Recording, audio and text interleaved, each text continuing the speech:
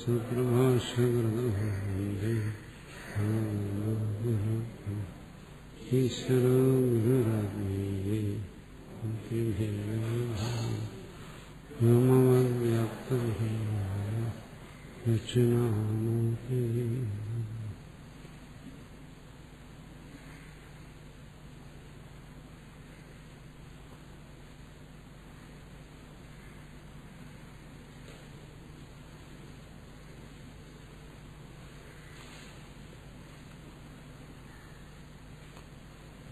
പരമ്പരയെ സ്മരിച്ചുകൊണ്ട് മാണ്ഡവ്യോപനിഷത്ത്. ഓമിത്യേകക്ഷരമിദം സർവം തസ്യോപവ്യാഖ്യാനം ഭൂതം ഭവദ്ഭവിഷ്യതി സർവം ഓംകാരേവ യച്ഛാന്യത്ര കാലാതീതം തദപ്യോംകാരേവ.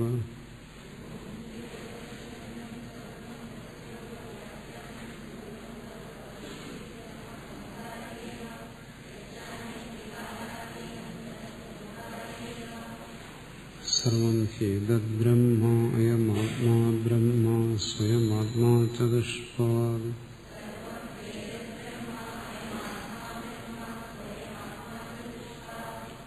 ജാഗരിതസ്ഥാനോ ബഹിപ്രജ്ഞസത്താംഗ ഏകോനവിംശതിമുഖസ്ഥൂലഭു വൈശ്വാനര പ്രഥമപാദഃ.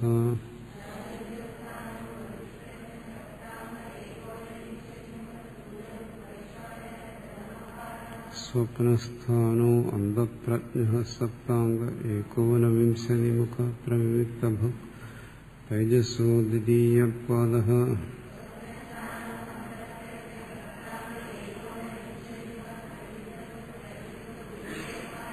യത്ര സുപ്തോ ന കഞ്ചന കാമം കാമയതേ ന കഞ്ചന സ്വപ്നം പശ്യതി തത്സുഷുപ്തം സുഷുപ്തസ്ഥാന ഏകീഭൂതപ്രജ്ഞാനഘന ഏവാനന്ദമയോ ഹ്യാനന്ദഭു ചേതോ മുഖപ്രാജ്ഞസ്തൃതീയപാദഃ.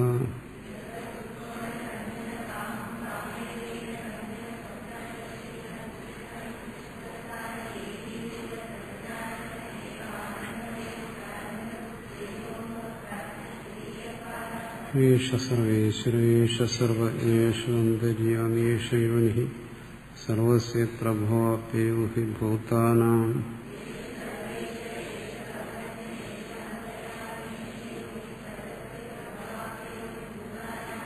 നാന്തപ്രജ്ഞം ന ബഹിപ്രജ്ഞം നോ ഭേദപ്രജ്ഞം ന പ്രജ്ഞാനഘനം ന പ്രജ്ഞം ന പ്രജ്ഞം അദൃശ്യം അവ്യവഹാര്യം അഗ്രാഹ്യം അലക്ഷണം അചിന്യം അവ്യപദേശം ഏകാത്മപ്രത്യസാരം പ്രപഞ്ചോപശമം ശാന്തം ശിവം അദ്വൈതം ചതുർത്ഥം മന്യന്തേ സ ആത്മാ സ വിജ്ഞേയഃ.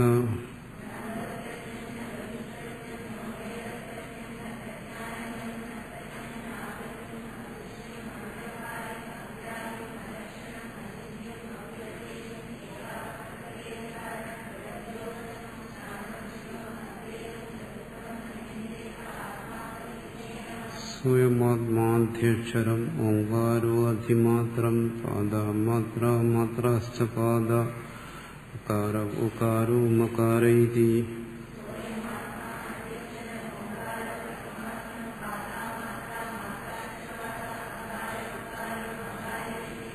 ജാഗരിതസ്ഥാനോ വൈശ്വാനരോ ഉകാര പ്രഥമാ മാത്ര ആപ്തേരാദിമത്വാദ് വാ ആപ്നോതിഹ വൈ സർവാൻ കാമാൻ ആദിശ്ച ഭവതി യ ഏവം വേദ.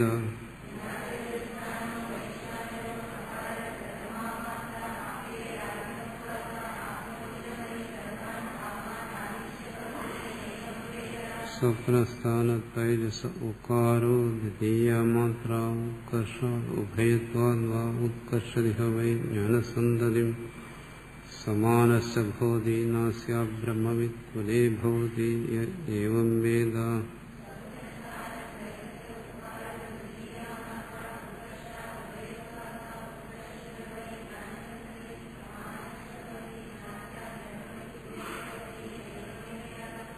സുഷുപ്തസ്ഥാനപ്രാജ്ഞോ മുകാര തൃതീയമാത്ര മിതേരപീതേർവാ മിനോദിഹ വാ ഇദം സർവം അപീദിശ്ച ഭവതി യ ഏവം വേദ.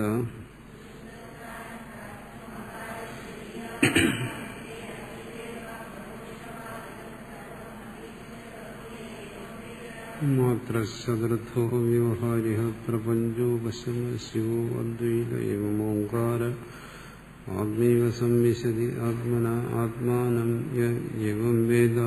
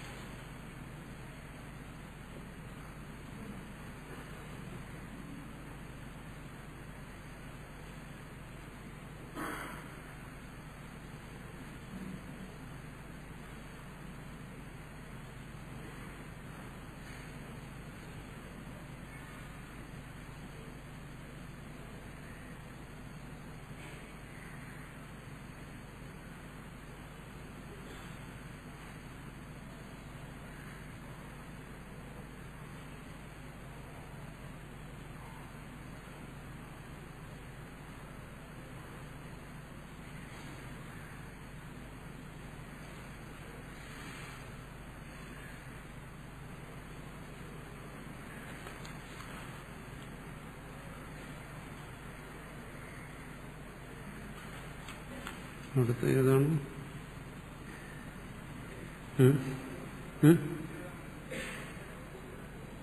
എത്ര? 20. ബീജാങ്കുരാഖ്യോ ദൃഷ്ടാന്ത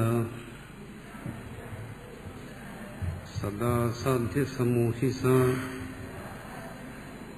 നഹി സാധ്യസമോഹേതു സിദ്ധോ സാധ്യസ്യ യുജ്യത്തെ.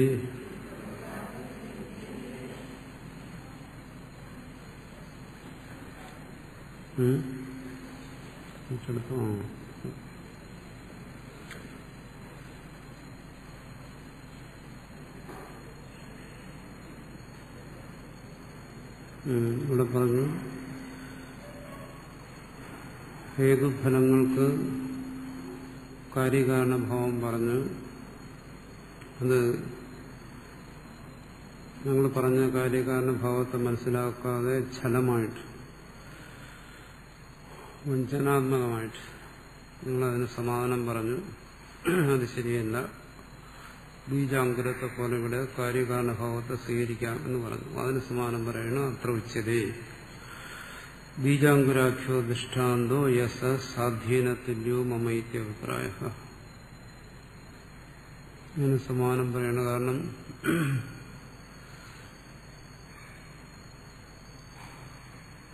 ഇവിടെ സൃഷ്ടിയെ സംബന്ധിച്ച്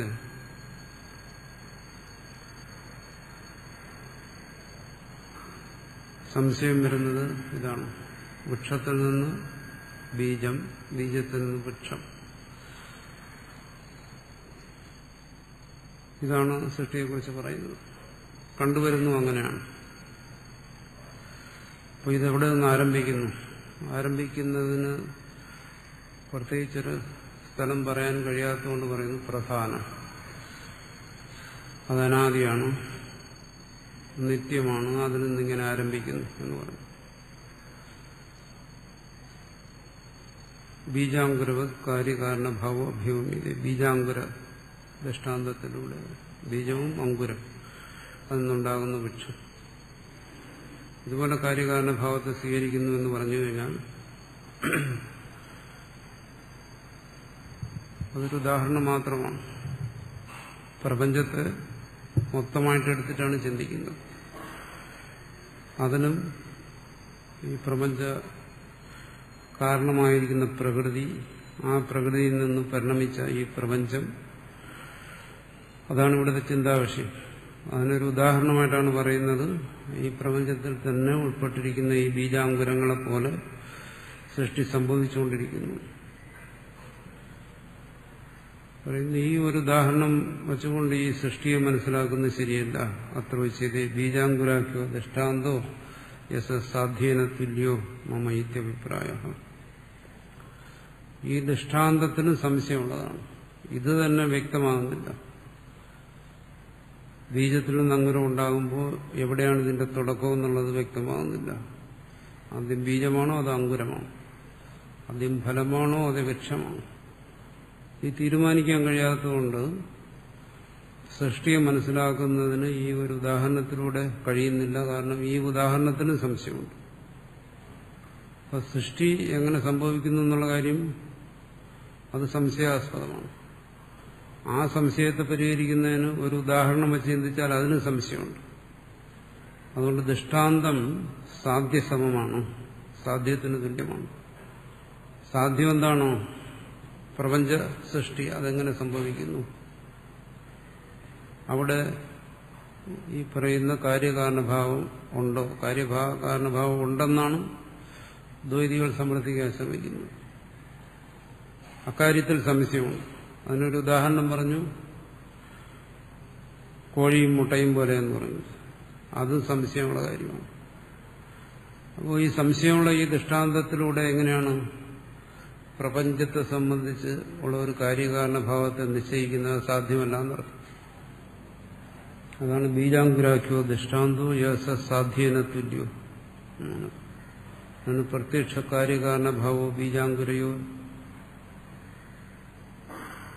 അനാദർ.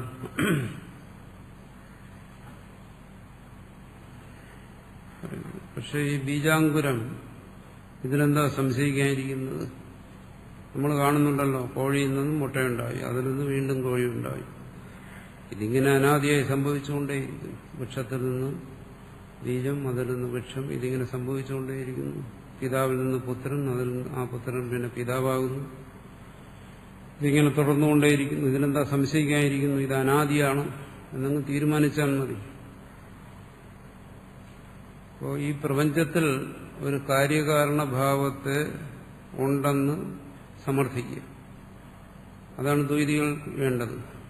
അദ്വൈതി പറയുന്നത് എന്താണ്? അങ്ങനെ ഒരു കാര്യകാരണഭാവം പ്രപഞ്ചത്തിലില്ല, കാര്യമായിട്ടൊന്നും സംഭവിക്കുന്നില്ല. സംഭവിച്ചു കഴിഞ്ഞാൽ അത് വീണ്ടും ഒരു കാരണമായി മാറും. അതുകൊണ്ട് അങ്ങനെയൊന്നും സംഭവിക്കുന്നില്ല എന്നാണ്. കാര്യകാരണഭാവത്തെ കുറിച്ച് ചിന്തിച്ചു ചെല്ലുമ്പോൾ ഈ പ്രകൃതിയിൽ ഒരു പരമകാരണത്തെ കണ്ടെത്താൻ കഴിയുന്നില്ല. അതുകൊണ്ട് അനാദി എന്ന് പറഞ്ഞാണ് ദ്വൈതികൾ ആ ഭാഗത്ത് രക്ഷപ്പെടുന്നു. അതുകൊണ്ട് പറയുന്നു അനാദി. ഈ കാര്യകാരണഭാവം അനാദിയായി ഇവിടെ കാണുന്നുണ്ടല്ലോ, പറയുന്നു അത് അംഗീകരിക്കാൻ പ്രയാസമുള്ള കാര്യമാണ്. പൂർവസ്യ അപരവത് ആദിമത്വ അഭ്യുപമാ പറയുന്നു. എങ്ങനെയാ ഇവിടെ അനാദി എന്ന് പറയുന്നു? കോഴി എന്ന് പറയുന്ന അനാദിയാണോ? അല്ലല്ലോ, അതിന് ജന്മം നമ്മൾ കാണുന്നുണ്ട്. ഇനി അതിൽ നിന്നുണ്ടായ മുട്ട അനാദിയാണോ? അതും അനാദിയല്ല. വൃക്ഷം അനാദിയല്ല, അതിൽ നിന്നുണ്ടാകുന്ന ബീജം അനാദിയല്ല. പിന്നെ എവിടെയാണ് ഈ അനാദി എന്ന് പറയുന്നത്? അനാദി എന്ന് പറഞ്ഞാൽ ആദ്യമില്ലാത്തത്. ഈ സൃഷ്ടിയിൽ കാണുന്ന ഈ കാര്യകാരണങ്ങൾ ആയി അനുഭവപ്പെടുന്ന ഇവയ്ക്കെല്ലാം ആദിയുണ്ട്. അതുകൊണ്ട് അനാദി എന്ന് പറയുന്നത് ഒരു കൽപ്പന മാത്രമാണ്. അനാദിയെ അംഗീകരിക്കാതെ കാര്യകാരണഭാവത്തെ അംഗീകരിക്കാനും സാധ്യമല്ല. കാര്യകാരണഭാവത്തെ അംഗീകരിച്ചില്ലെങ്കിൽ പിന്നെ സൃഷ്ടിയെ സംബന്ധിച്ച് സൃഷ്ടി സത്യമാണ് എന്നുള്ള തരത്തിൽ ഒരു സിദ്ധാന്തവും സമർത്ഥിക്കാനും കഴിയത്തില്ല. അങ്ങനെ പൂർവസ്യ അപരവത് ആദിമത്വ അഭ്യുപമാ. ഈ കാര്യകാരണങ്ങളെല്ലാം ഇവിടെ അനുഭവപ്പെടുന്നത് ആദിമത്തായിട്ടാണ്, അനാദിയായിട്ടല്ല. അതുകൊണ്ട് ഈ പ്രപഞ്ചത്തിൽ ഒരു കാര്യകാരണഭാവത്തെ നിശ്ചയിക്കാൻ കഴിയത്തില്ല. അത് കഴിഞ്ഞില്ലെങ്കിൽ ഇന്നതിൽ നിന്ന് ഇന്നതിവിടെ പരമാർത്ഥത്തിൽ ഉണ്ടായി എന്ന് ഒന്നിനെ സംബന്ധിച്ച് പറയാൻ വയ്യ. അങ്ങനെ പറയാൻ വയ്യാതെ വന്നു കഴിഞ്ഞാൽ അത് അജാതം, അവിടെ തന്നെ എത്തിച്ചേരും എന്നാണ് ഇവിടെ സിദ്ധാന്തി പറയുന്നത്.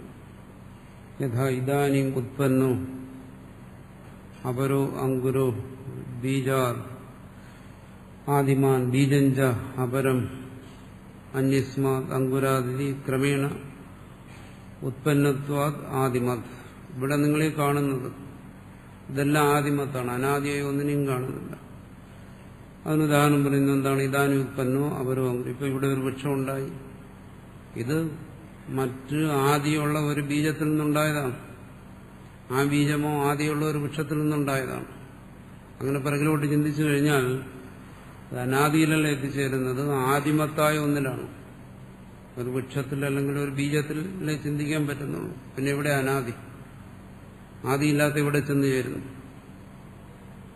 അതുകൊണ്ട് ക്രമേണ ഉത്പന്നത്വാത് ആദിമത്വം. അതുകൊണ്ട് ഉത്പത്തിയെ നിങ്ങൾ സ്വീകരിക്കുകയും അത് സത്യമാണെന്ന് പറയുകയും ചെയ്യുകയാണെങ്കിൽ ആദിമത്തായ ഉത്പത്തിയെ നിങ്ങൾക്ക് സ്വീകരിക്കാൻ പറ്റും.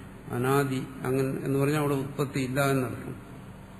ഏവം പൂർവ പൂർവ അങ്കുരോ ബീജഞ്ച പൂർവം പൂർവം ആദിമദേവേദി പ്രത്യേകം സർവസ്യ ബീജാങ്കുര ജാതസ്യ ആദിമത്വാത് കസ്യചിത്തപ്പി അനാദിത്വ അനുപത്തി. അതുകൊണ്ട് ഓരോ മുമ്പുണ്ടായ ഓരോ അങ്കുരവും ഓരോ ബീജത്തിൽ നിന്നാണ്, ഓരോ ബീജവും ഓരോ അങ്കുരത്തിൽ നിന്നാണ് എന്നുള്ളത് പ്രത്യക്ഷമായി അനുഭവപ്പെടുന്ന കാര്യമാണ്. അതുകൊണ്ട് ഈ ബീജാങ്കുരങ്ങളെല്ലാം ബീജാങ്കുരജാതം നമുക്ക് സങ്കല്പിക്കാമെന്നുള്ള ഈ ബീജാങ്കുരം എത്ര പൂർവ്വകാലത്തിലേക്ക് ചിന്തിച്ചാലും ശരി, അതിനെല്ലാം ആദിമത്വമുണ്ട്. ഒരിടത്തും അനാദിത്വം സിദ്ധിക്കത്തില്ല. അതുകൊണ്ട് സൃഷ്ടി അനാദിയാണ്. അനാദിയായ സൃഷ്ടി ഇത് പരമാർത്ഥമാണ് എന്ന് പറയുന്നത് ശരിയല്ല. ഏവം ഹേതുഫലാന. ഇതുപോലെയാണ് ഇവിടെ ഈ ശരീരം ബീജാങ്കുരത്തെ പോലെ തന്നെ ഈ ശരീരം സംഘാതം ഇതിന് കാരണമായി പറയുന്ന ധർമാധർമ്മങ്ങൾ അതിന് ഹേതുഫലങ്ങളെന്ന് പറയുന്നു. ജീവശരീരവും അതിന് കാരണമായിരിക്കുന്ന ധർമാധർമ്മങ്ങളെല്ലാം ആദിയുള്ളതാണ്. അതുകൊണ്ട് അനാദിയായി സംഭവിച്ചുകൊണ്ടിരിക്കുന്നു എന്ന് പറയുന്നത് യുക്തിക്ക് നിരക്കുന്നതല്ല. അഥ ബീജാങ്കുര സന്തതേരനാദിത്വം ഇത് ചേത് പറയുകയാണ്. ശരി, ബീജവും അങ്കുരവും ആദിയുള്ളതാണ്, സമ്മതിച്ചു. പക്ഷെ നമുക്ക് അങ്ങനെ ഒന്നിനെ സ്വീകരിക്കുക. എന്താണ്? ബീജാങ്കുര പ്രവാഹം. അങ്ങനെ ഒന്നിനെ സ്വീകരിക്കും. ബീജത്തെയും അങ്കുരത്തെയും വെവ്വേറെ എടുക്കണ്ട. ബീജാങ്കുരം എന്ന് പറയുന്ന ഒരു പ്രവാഹം, ഒരു സന്തതി, അത് അനാദിയാണ് എന്ന് പറഞ്ഞാലോ അങ്ങനെ പറയാം. ഓരോന്നായിട്ട് എടുക്കുമ്പോഴാണ് ആദിമത്വം വരുന്നത്. പക്ഷെ അതിനൊരു തുടർച്ചയായിട്ടെടുക്കുക. ഒരു ബീജാങ്കുര പ്രവാഹം സംഭവിച്ചുകൊണ്ടിരിക്കുന്നു, അത് അനാദിയായി സംഭവിച്ചുകൊണ്ടിരിക്കുന്നു എന്ന് പറഞ്ഞാലോ. കാരണം അനാദി എന്ന് പറയുന്ന ഈ വാക്ക് ധാരാളം ഉപയോഗിക്കുന്നതാണ്. അത് ഉപയോഗിച്ചേ മതിയാവും. പ്രപഞ്ച സൃഷ്ടിയെ സംബന്ധിച്ച് അനാദി എന്നുള്ള ഒരു ശബ്ദം ഉപയോഗിക്കാതെ ഒരു ഉത്തരം നൽകുക ആർക്കും സാധ്യമല്ല. കാരണം ഇതിനൊരു തുടക്കം കണ്ടെത്താൻ കഴിയാത്തതുകൊണ്ട്. കൊണ്ട് പറയുന്നു, ഓരോന്നോരോന്നിനും ആദ്യമുണ്ടെങ്കിലും ആ ഒരു പ്രവാഹം അനാദിയായി സംഭവിച്ചുകൊണ്ടേയിരിക്കും. അതൊരു അവിഛിന്നമായ പ്രവാഹമാണ് എന്ന് പറയാം. നദി ഒഴുകുന്നത് പോലെ. നദി ഒഴുകുമ്പോൾ എന്താണ്? പ്രവാഹം എന്നുള്ള നിലയ്ക്ക് അതിനൊരു ഏകത്വമുണ്ട്. പക്ഷെ അതിന്റെ ഓരോ അംശങ്ങളായിട്ട് എടുത്തു കഴിഞ്ഞാൽ ഓരോന്നും വേറെ വേറെയാണ്. അതിലുള്ള നിരയും പതയും കുമിളയും എല്ലാം വേറെ വേറെയാണ്. പക്ഷെ ആ ജലപ്രവാഹം അത് ഏകമാണ്. അതുപോലെ ഈ ബീജാങ്കുര പ്രവാഹം ഏകമാണെന്ന് പറഞ്ഞാലോ അത് ശരിയാകില്ല. എന്തുകൊണ്ട്? ഏകത്വം അനുഭവത്തെ. അങ്ങനെ ഒരു ഏകത്വം അതിനില്ല. ബീജാങ്കുരങ്ങളിൽ ഏകമെന്ന് പറയുന്നത് നിങ്ങൾ എന്താണ്? നഹി ബീജാങ്കുര വ്യതിരേകേണ ബീജാങ്കുര സന്തീർണമേക അഭ്യുഗമ്യതേ.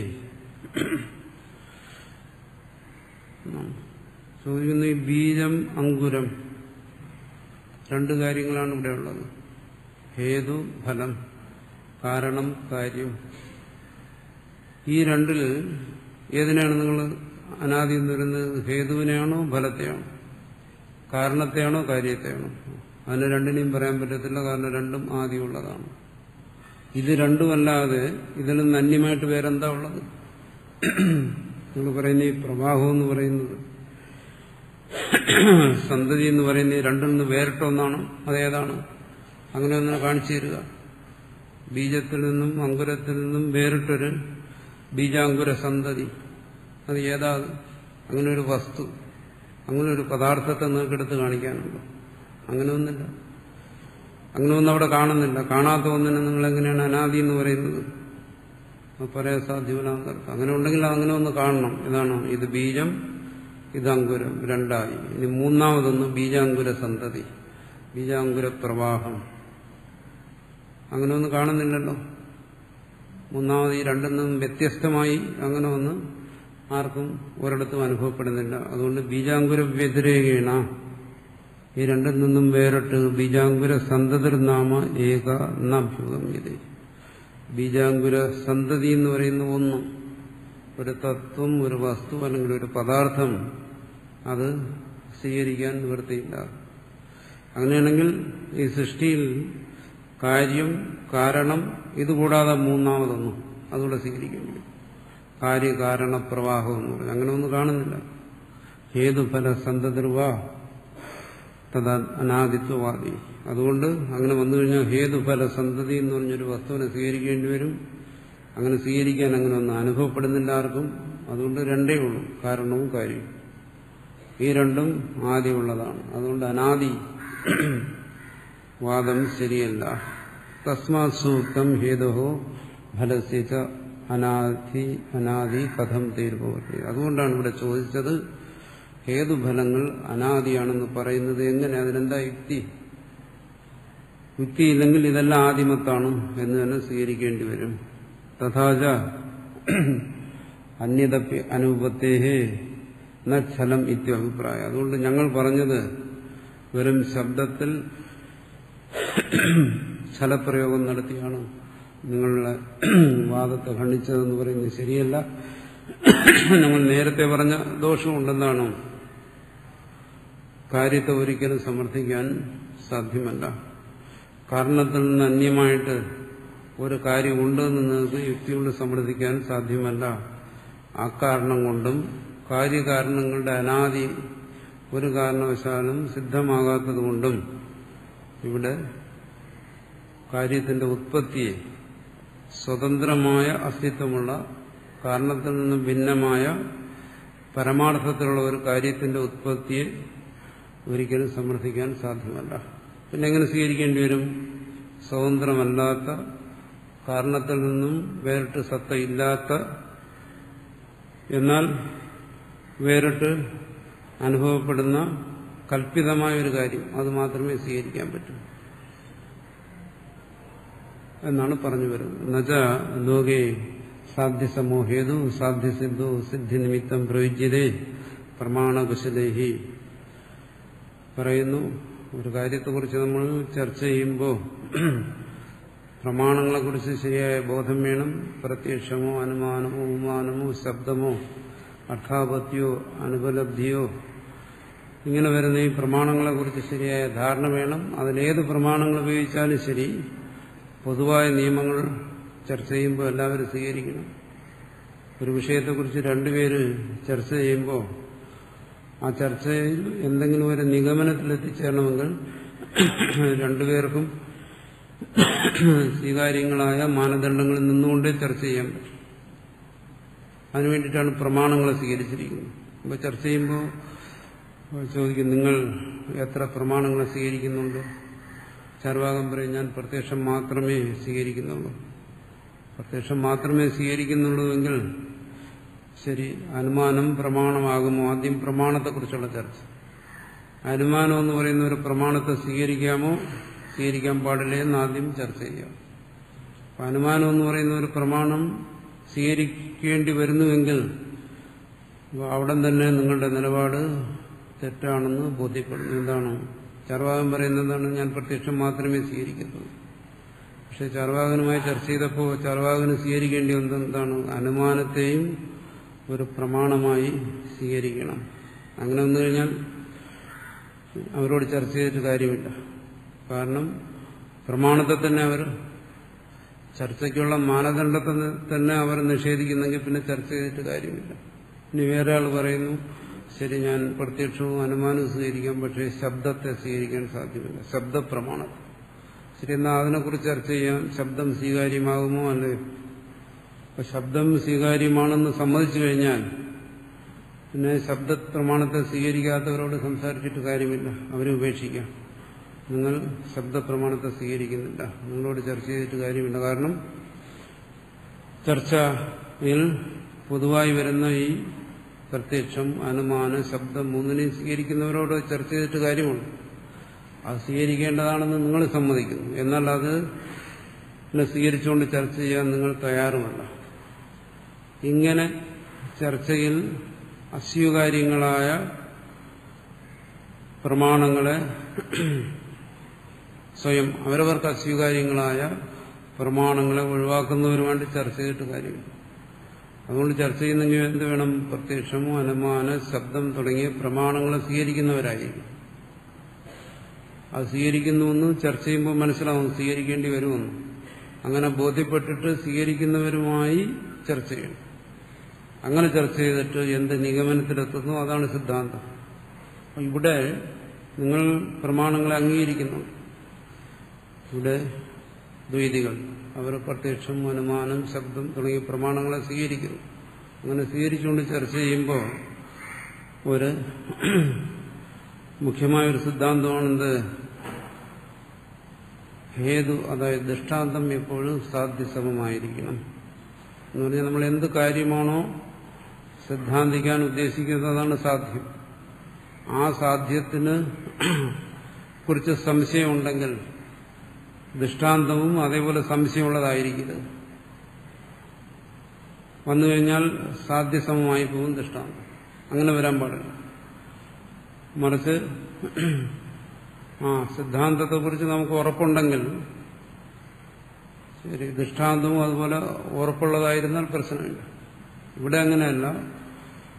സിദ്ധാന്തത്തെക്കുറിച്ച് സംശയമുണ്ട്, അതുകൊണ്ടാണ് ചർച്ച ആവശ്യമായി വന്നത്. എന്താണ് സംശയം? സൃഷ്ടി വാസ്തവത്തിൽ സംഭവിക്കുന്നുണ്ടോ ഇല്ലയോ? ആ സൃഷ്ടി ആദി ഉള്ളതാണോ അതോ അനാദിയാണോ? ഇതാണ്. അതിനാണ് ഇവിടെ ഒരു ദൃഷ്ടാന്തത്തെ സ്വീകരിച്ചത്, ബീജാങ്കുരം. അപ്പോൾ ഈ സംശയങ്ങളെല്ലാം ഇതിലുമുണ്ട്. അപ്പോൾ ഈ ദൃഷ്ടാന്തത്തിലൂടെ ആ സിദ്ധാന്തത്തെ സമർത്ഥിക്കാൻ സാധ്യമല്ല. ഇതെല്ലാം പൊതുവായി രണ്ടു കൂട്ടരും സ്വീകരിക്കേണ്ട മാനദണ്ഡങ്ങളാണ്. ഇത്തരം മാനദണ്ഡങ്ങളെ സ്വീകരിക്കാതെ ചർച്ച ചെയ്താൽ അത് വെറും കാട് കയറി ചർച്ചയായിരിക്കും. അതുകൊണ്ട് പ്രമാണകുശലന്മാർ പ്രമാണങ്ങളെക്കുറിച്ച് ശരിയായ വിവരമുള്ളവരോട് മാത്രമേ പ്രമാണങ്ങളെക്കുറിച്ച് ബോധമുള്ളവർ ചർച്ച ചെയ്യാറുള്ളൂ. അല്ലാത്തവരടുത്ത് ചർച്ച ചെയ്തില്ല. പാമരന്മാരടുത്ത് ചർച്ച ചെയ്തിട്ട് കാര്യമില്ല. കാരണം അവരെന്തെങ്കിലും മുട്ടാത്തർക്കം പറയും. അവർ ശാസ്ത്രീയമായ രീതിയിൽ കാര്യങ്ങളെ അപഗ്രഥിച്ച് നിഗമനത്തിലെത്തിച്ചേരത്തില്ല. അതുകൊണ്ട് നിങ്ങളിപ്പോൾ അങ്ങനെയാണെങ്കിൽ ചർച്ച ചെയ്തിട്ട് കാര്യമില്ല. മറിച്ചാണെങ്കിൽ പ്രമാണങ്ങളെക്കുറിച്ച് നിങ്ങൾക്ക് ബോധമുണ്ടെങ്കിൽ എന്താണ് സാധ്യസമമായ ഹേതു കൊണ്ട്, അതായത് സാധ്യത്തിൽ സംശയമുള്ളതുപോലെ സംശയമുള്ള ഒരു ദൃഷ്ടാന്തം കൊണ്ട് സാധ്യത്തെ സമർത്ഥിക്കാൻ സാധ്യമല്ല എന്നുള്ള കാര്യം നിങ്ങൾ സ്വീകരിക്കണം. അതുകൊണ്ട് ഈ ബീജാങ്കുര ന്യായത്തെ സ്വീകരിച്ചുകൊണ്ട് സൃഷ്ടി അനാദിയാണ് എന്ന് പറയുന്നത് ശരിയല്ല എന്നാണ്. എന്നുവെച്ചാലോകെ സാധ്യസമോ ഹേതു സാധ്യസിദ്ധോ സിദ്ധി നിമിത്തം പ്രയുജ്യതേ. നമ്മൾ പറയാൻ പോകുന്ന കാര്യത്തെ സമർത്ഥിക്കുന്നതിന് വേണ്ടി സംശയമുള്ള ഒരു ഉദാഹരണത്തെ പറയുന്നത് ശരിയല്ല. പ്രമാണകുശലൈഹി, പ്രമാണബോധമുള്ളവരങ്ങനെ ചെയ്യാറില്ല. ഹേതുരതി ദൃഷ്ടാന്തോ അത്ര അഭിപ്രേതോ ഗമകത്വ പറയുന്നു. സാധാരണ അനുമാനത്തിൽ ഹേതു എന്ന് പറഞ്ഞു കഴിഞ്ഞാൽ ദൃഷ്ടാന്തമല്ല. പറയുന്നു പർവ്വതോ വന്യമാൻ ധൂമാ യഥാ മഹാനസം. ദൃഷ്ടാന്തം എന്ന് പറയുന്നത് യഥാ ചേർത്ത് പറയുന്നതാണ് മഹാനസം. ഹേതു എന്ന് പറയുന്നത് ധൂമാത്, പഞ്ചമ്യന്തത്തിൽ പറയുന്നതാണ്. ധൂമം അത് ഹേതുവാണ്. ഇത് പൊതുവായൊരു നിയമമാണ്. അപ്പൊ ഹേതു എന്ന് പറഞ്ഞാൽ ദൃഷ്ടാന്തം എന്നല്ല അവിടെ സ്വീകരിക്കുന്നു. പക്ഷെ ഇവിടെ ഹേതു എന്ന് പറഞ്ഞാൽ ദൃഷ്ടാന്തവും സ്വീകരിച്ചു.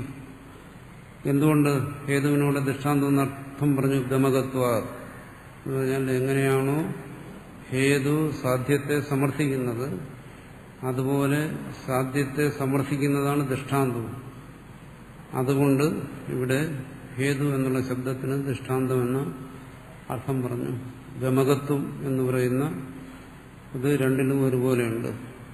ഹേതു സാധ്യത്തെ സമർത്ഥിക്കുന്നത് പോലെ ധൂമഹേതു എങ്ങനെയാണോ സാധ്യമായ വന്യയെ സമർത്ഥിക്കുന്നത് അതുപോലെ മഹാനസം എന്ന ദൃഷ്ടാന്തവും സാധ്യത്തെ സമർത്ഥിക്കാൻ ഉതകുന്നതാണ്. അതുകൊണ്ട് ഹേതുവിന് ദൃഷ്ടാന്തം എന്നുള്ള അർത്ഥം പറഞ്ഞു. അതുകൊണ്ട് ഇവിടെ പറയുന്നത് എന്താണ്? എന്തെങ്കിലും ഒരു കാര്യത്തെ നമ്മൾ സമർത്ഥിക്കാൻ ശ്രമിക്കുമ്പോൾ ആ സാധ്യത്തെക്കുറിച്ച് നമുക്ക് സംശയമുണ്ട്. അതുകൊണ്ടാണ് അതിനെക്കുറിച്ച് അന്വേഷണം നടത്തുന്നത്. പക്ഷെ നിങ്ങളൊരു ഉദാഹരണം പറഞ്ഞു കഴിഞ്ഞാൽ ആ ഉദാഹരണത്തിൽ സംശയം പാടില്ല. അപ്പോൾ നിങ്ങളിവിടെ എന്താണ് സമർത്ഥിക്കാൻ ശ്രമിക്കുന്നത്? സൃഷ്ടി അനാദിയാണ്. അതിനുവേണ്ടി ഉദാഹരണം പറഞ്ഞ എന്താണ്? ബീജാങ്കുരം. പക്ഷെ അതിൽ സംശയമുണ്ട്, അത് അനാദിയാണോ? അതുകൊണ്ട് ആ ദൃഷ്ടാന്തത്തിലൂടെ ഈ പ്രപഞ്ചം അനാദിയാണെന്ന് സമർത്ഥിക്കാൻ സാധ്യമല്ല. പ്രപഞ്ചം അനാദിയാണെന്ന് വന്നാലോ സത്യമാണെന്ന് വരും, സൃഷ്ടി സംഭവിക്കുന്നു എന്ന് വരും, സൃഷ്ടിയും പരമാർത്ഥമാണെന്ന് വരും, അദ്വൈതത്തിന് വിരോധം വരും. അതുകൊണ്ട് ഇവിടെ അതിനെ സ്വീകരിക്കുന്നില്ല. സൃഷ്ടി അനാദിയല്ല എന്നാണ്. പ്രകൃതോഹി ദൃഷ്ടാന്തോ ന ഹേതുരിതി. അതുകൊണ്ട് ഇവിടെ ഈ സന്ദർഭത്തിൽ ചർച്ച ചെയ്യുന്നത് ഹേതുവിനെ കുറിച്ചല്ല, ദൃഷ്ടാന്തത്തെക്കുറിച്ചാണ്. അതുകൊണ്ട് ഈ കാരികയിൽ പറഞ്ഞ ഹേതു ശബ്ദത്തിന് ദൃഷ്ടാന്തം എന്നുള്ള അർത്ഥമാണ് വിവക്ഷിതമായിരിക്കുന്നത് എന്നാണ് പറയുന്നത്. അതുകൊണ്ടിവിടെ ബീജാങ്കുര ന്യായത്തിലൂടെ ഈ പ്രപഞ്ചം അനാദിയാണ് എന്ന് സമർത്ഥിക്കാൻ സാധ്യമല്ല. അതുകൊണ്ട് പ്രപഞ്ചം സ്വതന്ത്രമായി നിലനിൽക്കുന്ന ഒന്നല്ല, ആരോപിതമാണ്. ഇതാണ് ഇവിടെ പറഞ്ഞു വരുന്നത്.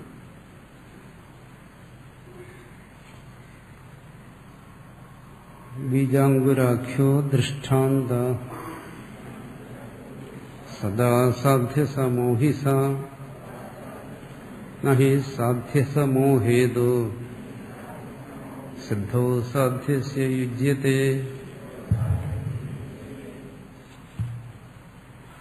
പൂർവാപരപരിജ്ഞാനം അജാതേ പരിദീപകം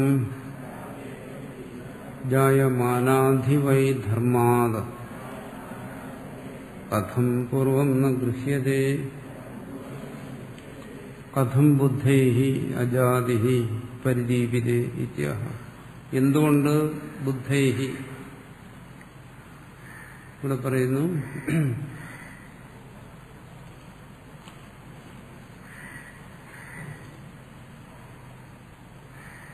ഏവം ഹി സർവഥ ബുദ്ധൈരജാതി പരിദീപിത എന്ന് പറഞ്ഞു. 19ാമത്തെ കാര്യം ബുദ്ധൈഹി എന്ന് പറഞ്ഞു.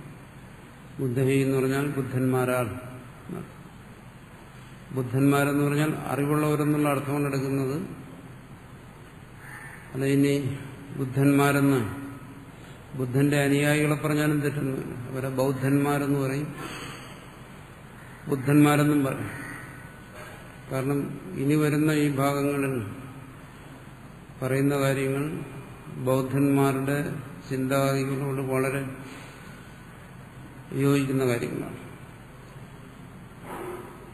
അവസാനം പറയും നെയ്തത് ബുദ്ധേന ഭാഷിതം. ഈ പറയുന്ന കാര്യം ബുദ്ധൻ പറഞ്ഞതല്ല എന്ന് പറഞ്ഞ് ബുദ്ധനെ നിഷേധിക്കുന്നുണ്ട്. ഇടയ്ക്ക് തന്നെ ഭാഷ്യകാരനും പല ഭാഗങ്ങളിലും ഇത് ബൗദ്ധന്മാരുടെ കാര്യമല്ല ഇവിടെ പറയുന്നത് എന്നെല്ലാം പറയുന്നുണ്ടെങ്കിലും ഇവിടെ പറയുന്ന ഈ ചർച്ചകൾക്ക് വളരെ സാമ്യമുള്ളത് ബൗദ്ധന്മാരുടെ ക്ഷണിക വിജ്ഞാനവാദത്തോടാണ്. പക്ഷെ ബൗദ്ധന്മാരോട് അദ്വൈതികൾക്ക് എന്തെങ്കിലും കടപ്പാടുണ്ടെന്ന് വരുന്നത് അദ്വൈതിയെ സംബന്ധിച്ചിടത്തോളം നാണക്കേടാണ്. കാരണം പ്രധാനമായ കാരണം ബൗദ്ധന്മാർ വേദത്തെ പ്രമാണമായി സ്വീകരിക്കുന്നില്ല. അദ്വൈതിയെ സംബന്ധിച്ചിടത്തോളം പരമപ്രമാണം വേദമാണ്. ബൗദ്ധന്മാരെ കുറിച്ച് പറയുന്നത് എന്താണ്? വേദബാഹ്യന്മാരാണ്. ആചാര്യസ്വാമികൾ പറയുന്നത് വൈനാശികന്മാർ, നശിച്ചവന്മാരെന്നാണ് പറയുന്നത്. അങ്ങനെ പറഞ്ഞാൽ നശിച്ചവന്മാരുടെ സിദ്ധാന്തത്തോട് എന്തെങ്കിലും തരത്തിലുള്ള ഒരു ബന്ധം, ഒരു കുലബന്ധമെങ്കിലും ഉണ്ടെന്ന് പറഞ്ഞു കഴിഞ്ഞാൽ അത് അദ്വൈതികളെ സംബന്ധിച്ചിടത്തോളം മഹാനാണക്കേടാണ്. പക്ഷെ ഇവിടെ പറയുന്ന ഈ കാര്യങ്ങൾ വായിക്കുമ്പോൾ അതിന് വളരെ സാമ്യം വരുന്നത് വാസ്തവത്തിൽ ബൗദ്ധ ദർശനത്തോടാണ്. ഇവിടെ ഭാഷ്യകാരൻ തന്നെ മറ്റു പല ഭാഗങ്ങളും നിഷേധിക്കുന്നു. ചില കാര്യങ്ങളെ ഇവിടെ ഒരു തരത്തിൽ അംഗീകരിക്കുന്നുണ്ട്. കാരണം ബൗദ്ധ ദർശനത്തിന്റെ സ്വാധീനം ഇതിന് വളരെ വ്യക്തമാണ്. ഈ തരത്തിൽ ഉള്ള ഒരാശയം ബൗദ്ധന്മാരിൽ നിന്നല്ലാതെ വരാനൊട്ട് വഴിയും. എന്തായാലും ശങ്കരാചാര്യരുടെ കാലം ബുദ്ധന് ശേഷമാണെന്നുള്ള കാര്യത്തിൽ തർക്കമില്ല. കാരണം ഈ ഭാഷ്യത്തിലുടനീളം ശങ്കരാചാര്യർ പ്രധാനമായും നിഷേധിക്കുന്നത് ബൗദ്ധ ദർശനത്തെയാണ്. പക്ഷെ ഈ ഭാഗങ്ങളിൽ വരുമ്പോൾ അതിനെ ഒരു തരത്തിൽ നിഷേധിക്കുകയും വേറെ തരത്തിൽ അംഗീകരിക്കുകയും ചെയ്യുകയാണ്. ബൗദ്ധന്മാരുടെ പ്രത്യേകിച്ച് ക്ഷണിക വിജ്ഞാനവാദികളുടെ ഒരു പ്രധാന സിദ്ധാന്തം എന്താണ്? വിജ്ഞാനത്തിൽ നിന്നും അതിരിക്തമായി വസ്തുവില്ല. ഏറ്റവും പ്രധാനമായൊരു സിദ്ധാന്തമാണ്. വിജ്ഞാനം വ്യതിരിക്തമായി വസ്തുവില്ല. ഇവിടെ ബാഹ്യമായി നീല പീതാദി വർണ്ണങ്ങൾ, ഘടപടാദി പദാർത്ഥങ്ങൾ, ഇതെല്ലാം വിജ്ഞാനത്തിൽ നിന്ന് വേറിട്ടല്ല, വിജ്ഞാനം തന്നെ എന്നുള്ളതാണ്. ഇതാണ് വിജ്ഞാനവാദം. ആ ഒരു തത്വത്തെ അതിൽ യാതൊരു മാറ്റം കൂടാതെ ഇവിടെയും സ്വീകരിച്ചിട്ടുണ്ട്. വിജ്ഞാനം വ്യതിരിക്തമായി പദാർത്ഥമില്ല. ഈ ഒരാശയം ബൗദ്ധന്മാരിൽ നിന്നല്ലാതെ കിട്ടാൻ വഴിയില്ല. കാരണം ഇവിടെ പറയുന്നത് എന്താണ്? ആചാര്യസ്വാമികളുടെയും ഗുരുവാണ് ഗൗഡപാദാചാര്യരെന്നാണ്. ഗൗഡപാദാചാര്യരാണ് ഇത് പറയുന്നത്. ഗൗഡപാദാചാര്യർക്ക് ഇത് എവിടെ നിന്ന് കിട്ടി? ബൗദ്ധന്മാരിൽ നിന്നല്ലാതെ കിട്ടാൻ വേറെ വഴിയൊന്നുമില്ല. കാരണം അതിനു മുമ്പ് മറ്റാരും ഇത് പറഞ്ഞിട്ടില്ല. സാഖ്യനോ നൈയായികനോ ഗൗതമനോ കണാദനോ ഇവരാരും തന്നെ ഇങ്ങനെ ഒരു ആശയത്തെ പറഞ്ഞിട്ടില്ല. ആദ്യം പറയുന്നത് ബൗദ്ധന്മാരാണ്. അതിനുശേഷമാണ് ശങ്കരാചാര്യർ വരുന്നത്. ആ ഒരു ആശയത്തെ ഇവിടെ സമർത്ഥിക്കുന്നുണ്ട്. വിജ്ഞാനം വ്യതിരിക്തമായി പദാർത്ഥമില്ല. അപ്പോൾ ചരിത്രപരമായി ചിന്തിച്ചാലും ദാർശനികമായി ചിന്തിച്ചാലും ഇത് ബൗദ്ധന്മാരിൽ നിന്നും സ്വീകരിച്ച ഒരാശയം തന്നെയാണ്. വിജ്ഞാനം വ്യതിരിക്തമായി പദാർത്ഥമില്ല എന്നുള്ള കാര്യം. അപ്പോൾ സ്വാഭാവികമായിട്ട് അതുകൊണ്ട് എന്റെ അഭിപ്രായമല്ല, പല ചരിത്രകാരന്മാരും പറയുന്നുണ്ട് ഗൗഡപാദാചാര്യർ ബൗദ്ധ കാലഘട്ടത്തിന് ശേഷം ജീവിച്ചിരുന്നതാണ്. അതുകൊണ്ട് അദ്വൈതത്തിന് ബൗദ്ധ ദർശനത്തോട് കടപ്പാടുണ്ട്. എന്ന് വെച്ചാൽ അദ്വൈതം ബൗദ്ധ ദർശനമെന്നല്ല, പക്ഷെ വലിയൊരു കടപ്പാടുണ്ട്. അതുകൊണ്ടാണ് പലയിടത്തും ശങ്കരാചാര്യർ പ്രച്ഛന്ന ബൗദ്ധൻ എന്ന് ദ്വൈതികൾ വിളിക്കുന്നു. ദ്വൈതികൾ അങ്ങനെ പറയുന്നുണ്ട്, പ്രച്ഛന്ന ബൗദ്ധനാണ്. ബൗദ്ധൻ എന്ത് ചെയ്തു? വേദത്തെ നിഷേധിച്ചിട്ട് സിദ്ധാന്തത്തെ സ്ഥാപിച്ചു. ദ്വൈതികളും എന്താണ് പറയുന്നത്? ശങ്കരാചാര്യർ വേദത്തെ അംഗീകരിച്ചുകൊണ്ട് അതുപോലെയുള്ള ഒരു സിദ്ധാന്തത്തെ, അതല്ലെങ്കിൽ അതിന് സമാനമായൊരു സിദ്ധാന്തത്തെ സ്ഥാപിച്ചു. അതുകൊണ്ട് ബുദ്ധൻ വേദത്തെ നിഷേധിച്ചിട്ട് സാധിച്ച കാര്യത്തിൽ ശങ്കരാചാര്യർ വേദത്തെ അംഗീകരിച്ചുകൊണ്ട് സാധിച്ചു. അതുകൊണ്ട് ശങ്കരാചാര്യർ പ്രച്ഛന്ന ബൗദ്ധനാണ്. ബുദ്ധനും പ്രധാനമായിട്ട് എന്താ ചെയ്തത്? കർമ്മകാണ്ഡത്തെ പൂർണ്ണമായും നിഷേധിച്ചു. കർമ്മകാണ്ഡത്തെ നിഷേധിക്കാൻ വേണ്ടി, കർമ്മകാണ്ഡത്തിൽ ഹിംസയുണ്ട്, ആ ഹിംസയെ നിഷേധിക്കാൻ വേണ്ടി വേദത്തെ പാടെ നിഷേധിച്ചു. ചാർവാകന്മാരെ നിഷേധിക്കുന്നത് പോലെ തന്നെ നിഷേധിച്ചു. വേദത്തെ നിഷേധിക്കുക എന്ന് പറഞ്ഞാൽ വേദപ്രാമാണികത്വത്തെ നിഷേധിച്ചു. വേദപ്രാമാണികത്വം എന്ന് പറഞ്ഞാൽ വേദത്തിന്റെ സ്വതപ്രാമാണികത്വം. അതിന്റെ അർത്ഥം ബുദ്ധൻ വേദങ്ങളിലുള്ള ആശയങ്ങളെ സ്വീകരിച്ചിട്ടില്ല എന്നുള്ളതല്ല. വേദത്തിലുള്ള ആശയങ്ങളെ സ്വീകരിച്ചിട്ടുണ്ട്. പക്ഷെ വേദത്തിന്റെ പ്രാമാണികത്വത്തെയാണ് നിഷേധിച്ചത്. വേദ സ്വതപ്രമാണം എന്ന് വെച്ച് കഴിഞ്ഞാൽ എന്താണ് അതിന്റെ സ്വതപ്രമാണം എന്ന് പറയുന്നത് ഈ ദാർശനിക ചർച്ചയിൽ വളരെ ജടിലമായൊരു വാദമാണ്. മനസ്സിലാക്കാൻ പ്രയാസമുള്ള ഒരു വാദമാണ് ഈ സ്വതപ്രമാണം എന്ന് പറഞ്ഞാൽ എന്നതാണ്. അപ്പോൾ മീമാംസകർ കുമാരല ഭട്ടനും മറ്റുമൊക്കെ വേദത്തിന്റെ സ്വതപ്രമാണവാദികളാണ്. വേദം പ്രമാണമായിരിക്കുന്നു. എന്തുകൊണ്ട്? അത് എന്തുകൊണ്ടെന്ന ചോദ്യത്തിന് ഉത്തരവില്ല. അത് വേദമായതുകൊണ്ട് തന്നെ. വേദത്തിൽ പറഞ്ഞിരിക്കുന്ന സർവവും അക്ഷരം പ്രതി പൂർണ്ണമാണ്, ശരിയാണ്. അതിന് പ്രത്യക്ഷത്തിന്റെ അനുമാനത്തിന്റെ ഒന്നും പിൻബലം ആവശ്യമില്ല. വേദത്തിൽ പറഞ്ഞതുകൊണ്ട് തന്നെ അത് ശരി.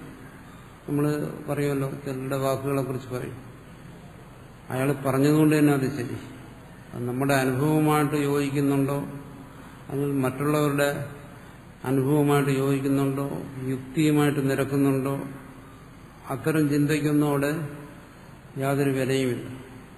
ആ വ്യക്തി പറഞ്ഞതുകൊണ്ടത് ശരി എന്ന് പറയുന്നത് പോലെയാണ് വേദത്തെ സംബന്ധിച്ചും പറയുന്നത് സ്വതപ്രമാണ്.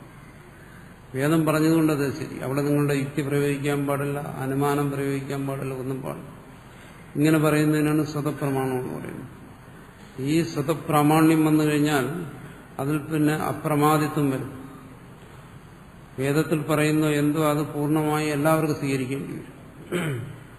ഒരുപക്ഷെ നമ്മുടെ ദൃഷ്ടിയിൽ എന്തെങ്കിലും അസംബന്ധം അതിലുണ്ടെന്ന് വന്നാലും അത് സ്വീകരിക്കേണ്ടി വരും. കാരണം വേദം പറഞ്ഞതുകൊണ്ട് സ്വീകരിച്ചേ പറ്റും. ഈ ഒരു കാഴ്ചപ്പാടിനെയാണ് ബുദ്ധൻ നിഷേധിച്ചത്. ബുദ്ധന്റെ വേദനിഷേധം എന്ന് പറയുന്നത് അതാണ്. ബുദ്ധൻ പറയുന്നത് അങ്ങനെ ഒന്നിനെയും സ്വതപ്രമാണമായി സ്വീകരിക്കാൻ പാടില്ല. ബൗദ്ധന്മാരുടെ നിലപാടതാണ്. നിങ്ങൾ നിങ്ങളുടെ അനുഭവമായി തടിച്ചു നോക്കണം, യുക്തിയുമായിട്ട് നിരക്കണം, അനുമാന പ്രമാണമായിട്ട് അത് യോജിക്കുന്നുണ്ടോ എന്ന് നോക്കണം. അല്ലാതെ വേദത്തിൽ പറഞ്ഞതുകൊണ്ട് മാത്രമൊന്നും സ്വീകരിക്കാൻ പാടില്ല എന്നാണ്. ശങ്കരാചാര്യരും ഒരു തരത്തിൽ വേദത്തിന്റെ സ്വതപ്രാമാണ്യത്തെ സ്വീകരിക്കുന്നുണ്ട്. അതുകൊണ്ടാണ് ഈ തർക്കവിതർക്കങ്ങളൊക്കെ വരുമ്പോൾ ചില ഭാഗങ്ങളിൽ യുക്തി കൊണ്ട് സമാധാനം പറയാൻ കഴിയാതെ വന്നു കഴിഞ്ഞാൽ അവിടെ പറയും ഇത് ശ്രുതേഹേ, ഈ ശ്രുതി പറഞ്ഞിരിക്കുന്നു അതുകൊണ്ട് എന്ന് പറഞ്ഞു കഴിഞ്ഞാൽ പിന്നീട് ശ്രുതിയെ പ്രാമാണ്യമായി സ്വീകരിക്കുന്നവർക്ക് പിന്നെ ചോദ്യം ചെയ്യാൻ ഒക്കത്തില്ല. ശ്രുതി പ്രമാണമാണെങ്കിൽ പിന്നെ അത് ചോദ്യം ചെയ്യാൻ ഒക്കത്തില്ല. കാരണം ശ്രുതി പറഞ്ഞു എന്ന് പറഞ്ഞാൽ പിന്നെ അവിടെ യുക്തിയോ അനുമാനമൊന്നും പ്രയോഗിക്കാൻ പാടില്ല. ഈ ഒരു ചിന്താഗതിയാണ് ബൗദ്ധന്മാർ എതിർക്കുന്നത്. അങ്ങനെ എതിർത്തിട്ട് എന്ത് ചെയ്തു? അവർ ബൗദ്ധന്മാര് പല സിദ്ധാന്തങ്ങളും ആവിഷ്കരിച്ചു. യോഗാചാര്യന്മാര്, മാധ്യമികന്മാര്, സൗത്രാന്തികന്മാര്, വൈഭാഷികന്മാരെന്നൊക്കെ പറഞ്ഞ് പല രീതിയിൽ ശൂന്യവാദം, ക്ഷണികവാദം, ബാഹ്യാർത്ഥവാദം, ഇങ്ങനെ പലതരത്തിലുള്ള സിദ്ധാന്തങ്ങളെ അവർ ആവിഷ്കരിച്ചു. പക്ഷെ വേദത്തെ നിഷേധിച്ചിട്ടാണ്. അതിൽ പറയുന്ന ക്ഷണികവാദം, ക്ഷണിക വിജ്ഞാനവാദത്തിൽ പ്രധാനമായി പറയുന്ന ഒന്നാണ് ജ്ഞാനത്തിൽ നിന്ന് വ്യതിരിക്തമായി വസ്തുവില്ല, ജ്ഞാനം തന്നെ. രണ്ടു തരത്തിൽ ജ്ഞാനം, ആലയ വിജ്ഞാനം, പ്രവൃത്തി വിജ്ഞാനം. അതൊരു ഗഹനമായ വിഷയമാണ്. ഈ രണ്ടു തരത്തിലുള്ള വിജ്ഞാന പരമ്പരയാണ് അഹംബോധവും പ്രപഞ്ചബോധവും ഉണ്ടാകുന്നത്. അങ്ങനെ അവരുടെ ചിന്താഗതി, അവരുടെ ചർച്ചകളൊക്കെ പോകുന്നു. അതിൽ ശങ്കരാചാര്യർ അതിൽ നിന്ന് പറയുന്ന വ്യത്യാസം എന്താണ്? പക്ഷേ ഈ ആലയ വിജ്ഞാനം, പ്രവൃത്തി വിജ്ഞാനം, അങ്ങനെ രണ്ടു തരത്തിലുള്ള വിജ്ഞാനമില്ല. വിജ്ഞാന പരമ്പരയില്ല. വിജ്ഞാനം ക്ഷണികമല്ല, മറിച്ച് വിജ്ഞാനം ഏകമാണ്, വിജ്ഞാനം അഖണ്ഡമാണ്. ആ വിജ്ഞാനത്തെ തന്നെയാണ് സച്ചിദാനന്ദം എന്ന് പറയുന്നത്. അത് തന്നെയാണ് ബ്രഹ്മം. അതാണ് അതിൽ വ്യത്യാസം വരുത്തിയിരിക്കുന്നത് ശങ്കരാചാര്യർ. പക്ഷെ അവിടെ ബൗദ്ധന്മാരെന്ന് സ്വീകരിച്ചിരിക്കുന്ന ഒരു കാര്യം എന്താണ്? വിജ്ഞാനം വ്യതിരിക്തമായി പദാർത്ഥമില്ല എന്നുള്ള കാര്യം. അങ്ങനെ ഒരു ആശയത്തെ ആദ്യം പറയുന്നത് ബൗദ്ധന്മാരാണ്. ആ ഒരു ആശയത്തെ ഇവിടെയും സ്വീകരിക്കുന്നുണ്ട്. അതും ഇവിടെ ആവർത്തിച്ച് ബുദ്ധശബ്ദം പ്രയോഗിക്കുന്നുണ്ട്. ബുദ്ധൈ ഭാഷിതം. അതുകൊണ്ടും എന്താണ്, ഇത് ബൗദ്ധ ദർശനത്തോട് കടപ്പെട്ട ഒന്നാണ്. ഈ ഗൂഢബാധകാരിക എന്നാണ് നിഷ്പക്ഷമായി ഇതിനെക്കുറിച്ച് ചിന്തിക്കുന്നവർ പറയുന്നു. പക്ഷെ സാമ്പ്രദായികവാദികൾ, അദ്വൈതത്തിലെ സാമ്പ്രദായികവാദികൾ അത് സ്വീകരിക്കത്തില്ല. അത് സ്വീകരിച്ചു കഴിഞ്ഞാൽ എന്താണ്, വേദനിഷേധിയായ ബുദ്ധനെ കൂട്ടുപിടിച്ചു എന്ന് വരും. വേദനിന്ദ ചെയ്ത ആളാണ് ബുദ്ധനെന്നാ പറയുന്നത്. അങ്ങനെയുള്ളൊരു ബുദ്ധനെ സ്വീകരിക്കുന്നു എന്ന് പറയുന്നത് സമ്പ്രദായവാദികൾക്ക് അത് ബുദ്ധിമുട്ടുള്ള കാര്യമാണ്. അതുകൊണ്ട് അദ്വൈത സമ്പ്രദായവാദികൾ ഇതിനെ അംഗീകരിക്കത്തില്ല. ഇതൊന്നും ബുദ്ധൻ പറഞ്ഞല്ല, ബൗദ്ധമായിട്ട് യാതൊരു ബന്ധമില്ല എന്ന് പറയും. പക്ഷെ മറ്റൊരു തരത്തിൽ ചിന്തിച്ചു കഴിഞ്ഞാൽ ഒരു ദർശനത്തിനും സ്വതന്ത്രമായി നിലനിൽക്കാൻ പറ്റത്തില്ല. കാരണം എല്ലാ ദർശനങ്ങൾക്കും അതിൻ്റെതായ പരിണാമങ്ങളും വളർച്ചയെല്ലാം സംഭവിച്ചിട്ടുണ്ട്. ഈ ദർശനങ്ങളെല്ലാം പരസ്പരം കൂട്ടിമുട്ടിയിട്ടുണ്ട്. പരസ്പരം പല വേദികളിൽ ഇത് ചർച്ച ചെയ്തിട്ടുള്ള കാര്യങ്ങളാണ്. അപ്പോൾ സ്വാഭാവികമായും കൊടുക്കുകയും വാങ്ങുകയെല്ലാം ചെയ്യും. പരസ്പരം ആശയങ്ങളെ സ്വീകരിക്കുകയും, അങ്ങനെ സ്വീകരിച്ചാലേ വളരാൻ പറ്റും. അങ്ങനെ ബൗദ്ധ ദർശനവുമായിട്ടുള്ള ഈ ആശയവിനിമയത്തിൽ അവരിൽ നിന്ന് പലതും അദ്വൈതികളും സ്വീകരിച്ചു എന്ന് പറയുന്നതിൽ ദോഷമൊന്നും വരാനില്ല. മാത്രമല്ല, ആധുനിക കാലത്ത് പോലും ശങ്കരാചാര്യർക്ക് ശേഷം വന്നിട്ടുള്ള അദ്വൈതത്തിന്റെ തന്നെ പല മാറ്റങ്ങൾ, അതിന്റെ പരിണാമങ്ങൾ, വളർച്ചയിൽ അതിന് മറ്റുള്ള ദ്വൈത ദർശനങ്ങളുമായിട്ടും വലിയ കടപ്പാടുണ്ട്. അതതിന്റെ മാറ്റത്തെ ശ്രദ്ധിക്കുന്നവർക്ക് മനസ്സിലാകും.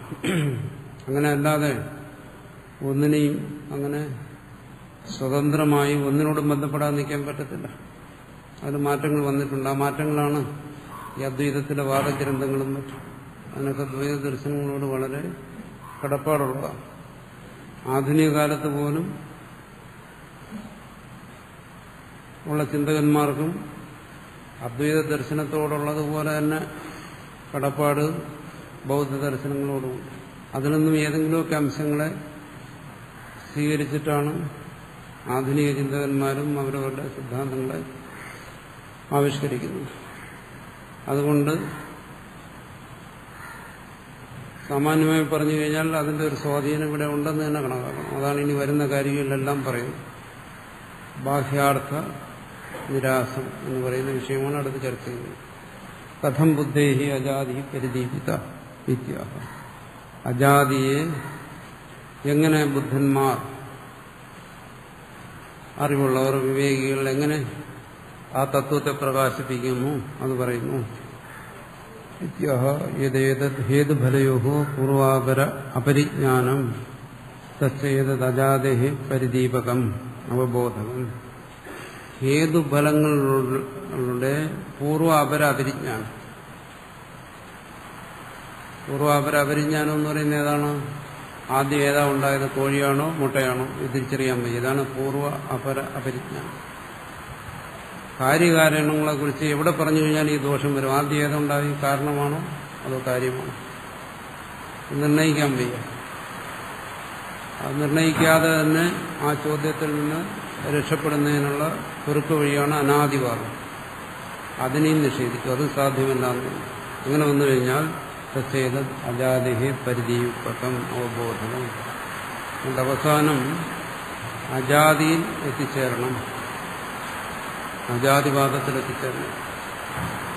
ഈ കാര്യകാരണ ബന്ധം ഇവിടെ നമുക്ക് അനുഭവപ്പെടുന്നത് അത് കേവലം ഒരു കൽപ്പന മാത്രമാണ്, മനസ്സിന്റെ കൽപ്പനയാണ്. കൽപ്പനയിൽ നിന്ന് അന്യമായി അതിനൊരു വസ്തുസ്ഥിതിയില്ല എന്ന് തീരുമാനിക്കേണ്ടി വരും. ജായമാനോ ഹി ധർമ്മോ ഗൃഹ്യതേ കഥം തസ്മാത് പൂർവം കാരണം ഗൃഹ്യതേ. ജനിക്കുന്നതായ ഒരു ധർമ്മം, ഒരു കാര്യം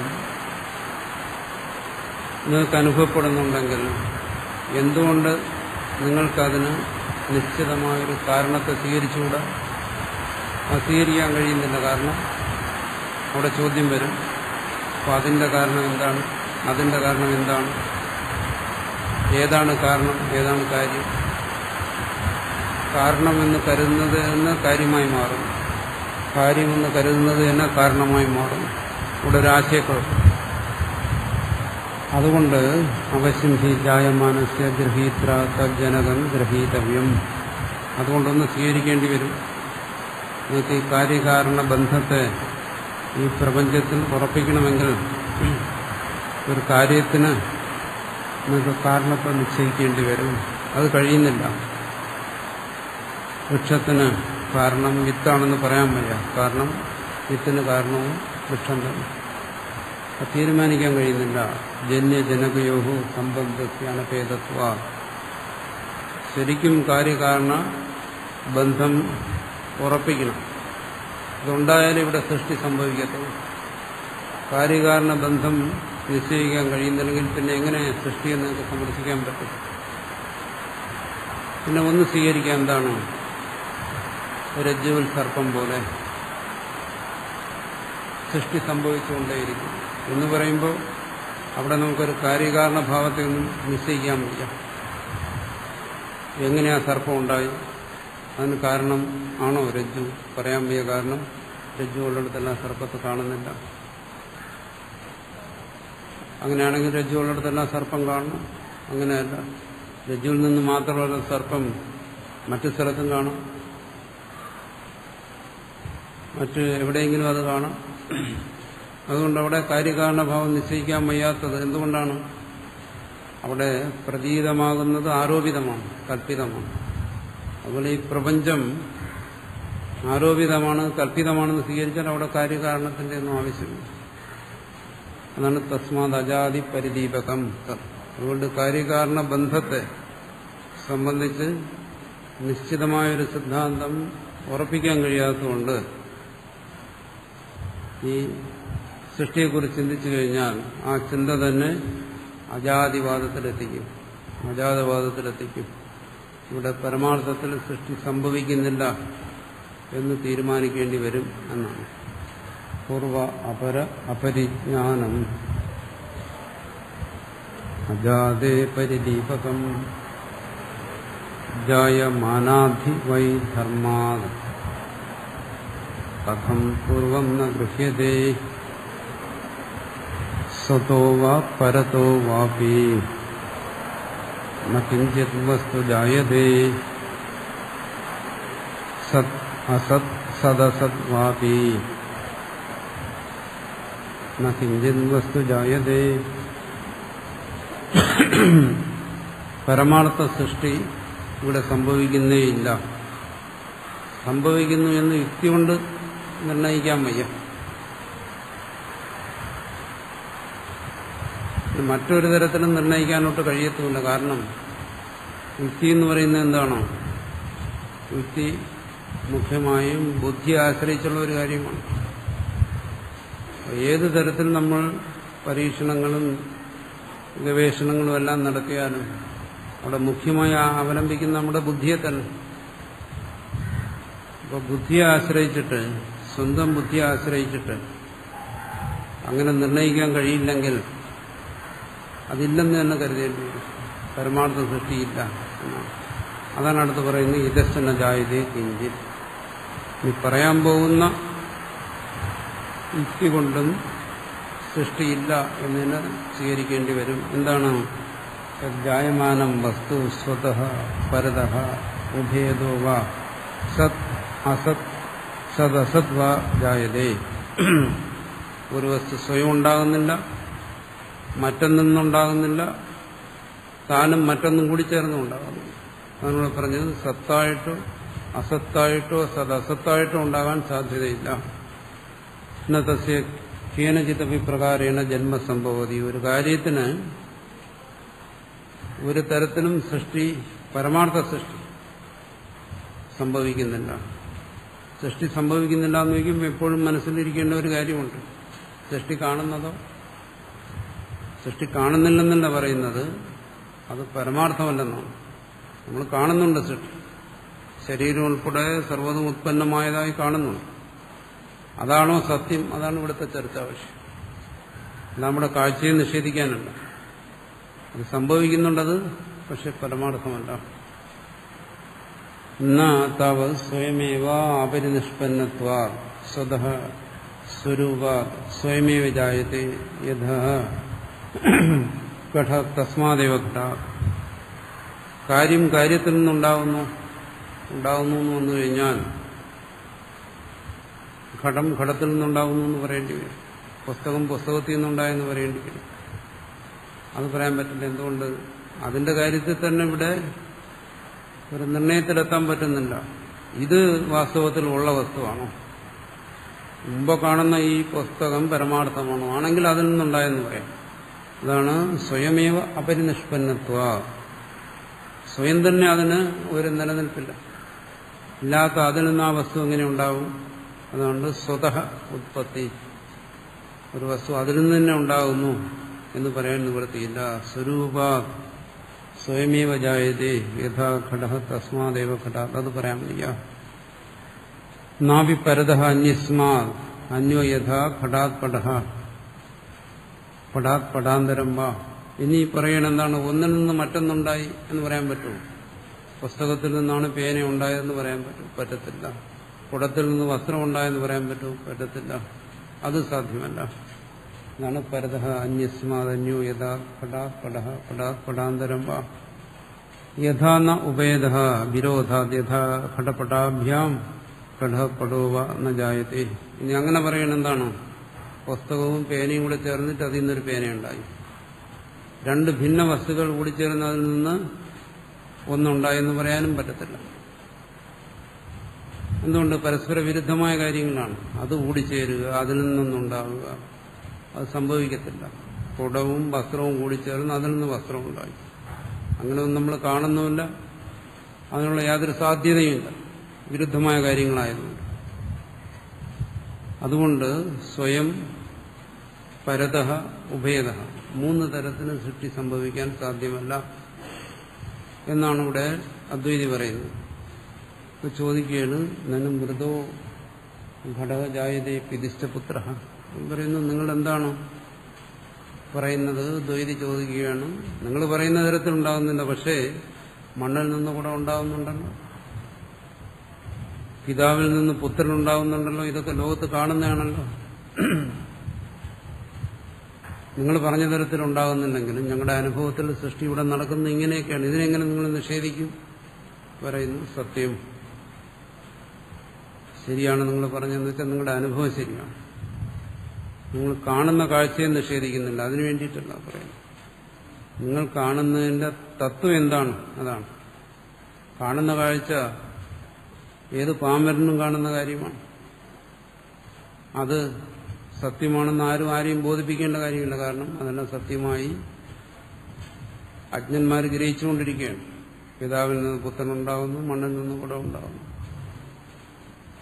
ഇവിടെ അതിന്റെ തത്വം എന്താണെന്ന് അന്വേഷിക്കുകയാണ് ഇവിടെ ചെയ്യുന്നത്. അതാണ് പറയുന്നത്, സത്യം നിങ്ങൾ പറഞ്ഞത് ശരിയാണ്. അസ്ഥി ജായതേതി പ്രത്യേക ശബ്ദശ്ച.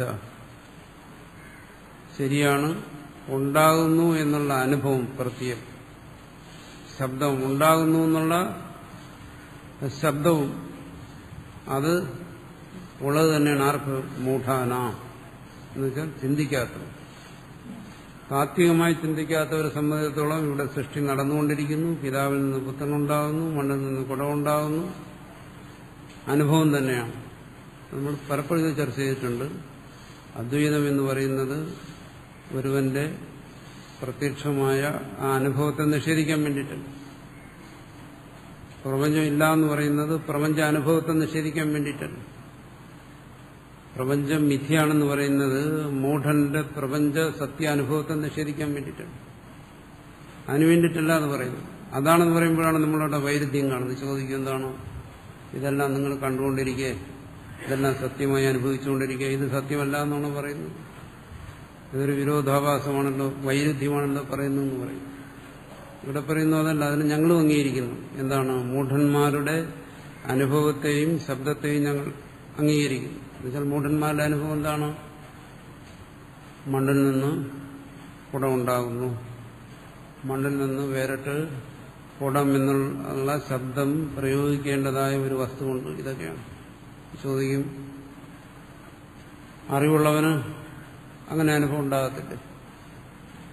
തത്വത്തെ ഗ്രഹിച്ചവൻ അങ്ങനെ ഒരു അനുഭവം ഉണ്ടാകത്തില്ല. മണ്ണിൽ നിന്ന് കുടം ഉണ്ടാകുന്നു എന്നുള്ള അനുഭവം. അവൻ കുടം ഉപയോഗിക്കത്തില്ല, കുടം ഉപയോഗിച്ച് വെള്ളം കൊണ്ടുവരത്തില്ല.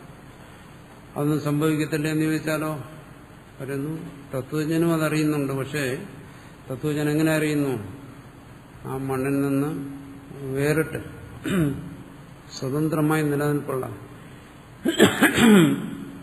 ഒരു കുടത്തെയല്ല അവൻ അറിയുന്നത്. പിന്നെ കുടം ഉണ്ടെന്നുള്ളതോ അവനവിടെ അറിയുന്നത് കുടത്തിലൂടെ അവൻ അറിയുന്നത് എന്താണ്? ആ മണ്ണിന്റെ അസ്തിത്വമാണ്. മണ്ണിൽ നിന്ന് വേറിട്ട ഒരു കുടത്തിന്റെ അസ്തിത്വമുണ്ട്. അങ്ങനെ ആയിരുന്നെങ്കിൽ അവൻ മണ്ണിൽ നിന്ന് വേറിട്ട ഒരു കുടം കൊണ്ട് ജലം കൊണ്ടുവന്നു. അത് നടക്കുന്നില്ല. മണ്ണിൽ നിന്ന് വേറിട്ട ഒരു വസ്തുവിന് കുടമെന്ന് പേരിട്ടണം. പക്ഷെ അതൊന്നും സംഭവിക്കുന്നില്ല. അതുകൊണ്ട് അവിടെ വളരെ സരളവും എന്നാൽ വളരെ സൂക്ഷ്മമായൊരു വ്യത്യാസമാണ്. എന്താണ്? രണ്ടുപേരുടെയും അനുഭവം ഒരുപോലെ. അജ്ഞന്റെ അനുഭവവും പാമരന്റെ അനുഭവം ഒരുപോലെ. എന്താണ്? കുടം അതൊരു പദാർത്ഥമാണ്, അതൊരു വസ്തുവാണ്. അത് ജലാഹരണം പോലെയുള്ള പ്രവർത്തനങ്ങൾക്ക് അതെല്ലാം ഉപയോഗിക്കുന്നുണ്ട്. ആ അനുഭവത്തിലൊന്നും യാതൊരു വ്യത്യാസവും. പക്ഷേ അതിന്റെ അസ്തിത്വത്തെ സംബന്ധിച്ച് തത്വജ്ഞന്റെ അനുഭവം എന്താണോ അതിന് മണ്ണിൽ നിന്നും വേറിട്ടൊരു നിലനിൽപ്പില്ല. അത് മണ്ണ് തന്നെയാണ്. ഈ തരത്തിൽ ചിന്തിക്കാത്തവനെയാണ് ഇവിടെ പറഞ്ഞിരിക്കുന്നത്. മൂഢന്മാരെ താവേവ ശബ്ദപ്രത്യോ വിവേകി പരീക്ഷേതേ. ഈ അനുഭവത്തെ താവേവ ശബ്ദപ്രത്യോ, ഈ അജ്ഞന്റെ അനുഭവത്തെ, അജ്ഞന്റെ ശബ്ദത്തെയും, ആണ് ശബ്ദവും പ്രത്യവും, അവനുപയോഗിക്കുന്ന കുടമെന്നുള്ള ശബ്ദത്തെയും ആ അറിവിനെയും, ഇതാ ഇവിടെ ഒരു വസ്തു ഉണ്ടായി, വസ്ത്രമുണ്ടായി, ഇതിനെ വിവേകി പരീക്ഷയത് അവർ ചിന്തിക്കുന്നു. വിവേകമുള്ളവൻ ചിന്തിക്കുന്നു എന്താണ് ഇവിടെ സംഭവിച്ചിരിക്കുന്നത്. നൂലിൽ നിന്ന് വേറിട്ട് അവിടെ വസ്ത്രം എന്ന് പറയുന്നൊരു പദാർത്ഥമുണ്ടോ?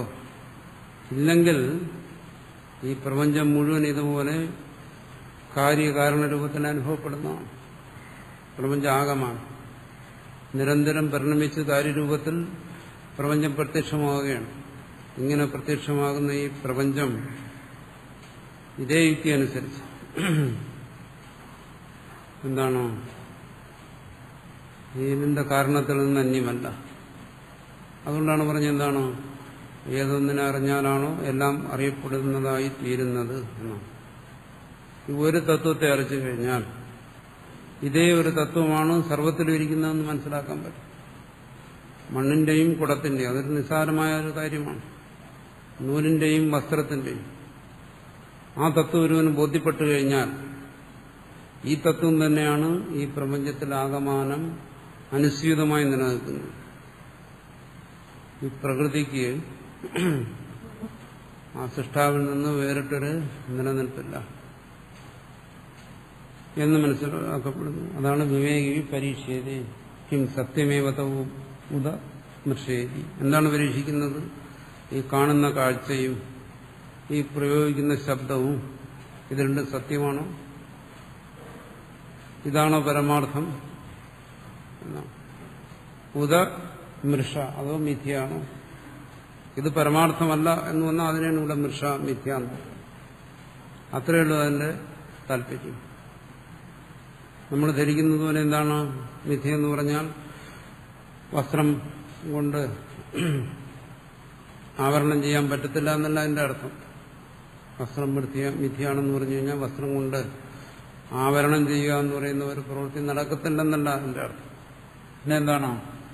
ആ ശബ്ദവും പ്രത്യയവും അത് പരമാർത്ഥമല്ല. വ്യവഹാരത്തിൽ ഇതിനെ ആശ്രയിച്ച് സർവ്വപ്രവൃത്തികളും നടന്നുകൊണ്ടിരിക്കുന്നുണ്ടെങ്കിലും പരമാർത്ഥം അതിനപ്പുറമാണ്. യവത പരീക്ഷ്യമാണേ ശബ്ദപ്രത്യ വിഷയം വസ്തു ഘടപുത്രാദി ലക്ഷണം ശബ്ദമാത്രമേവ തത്.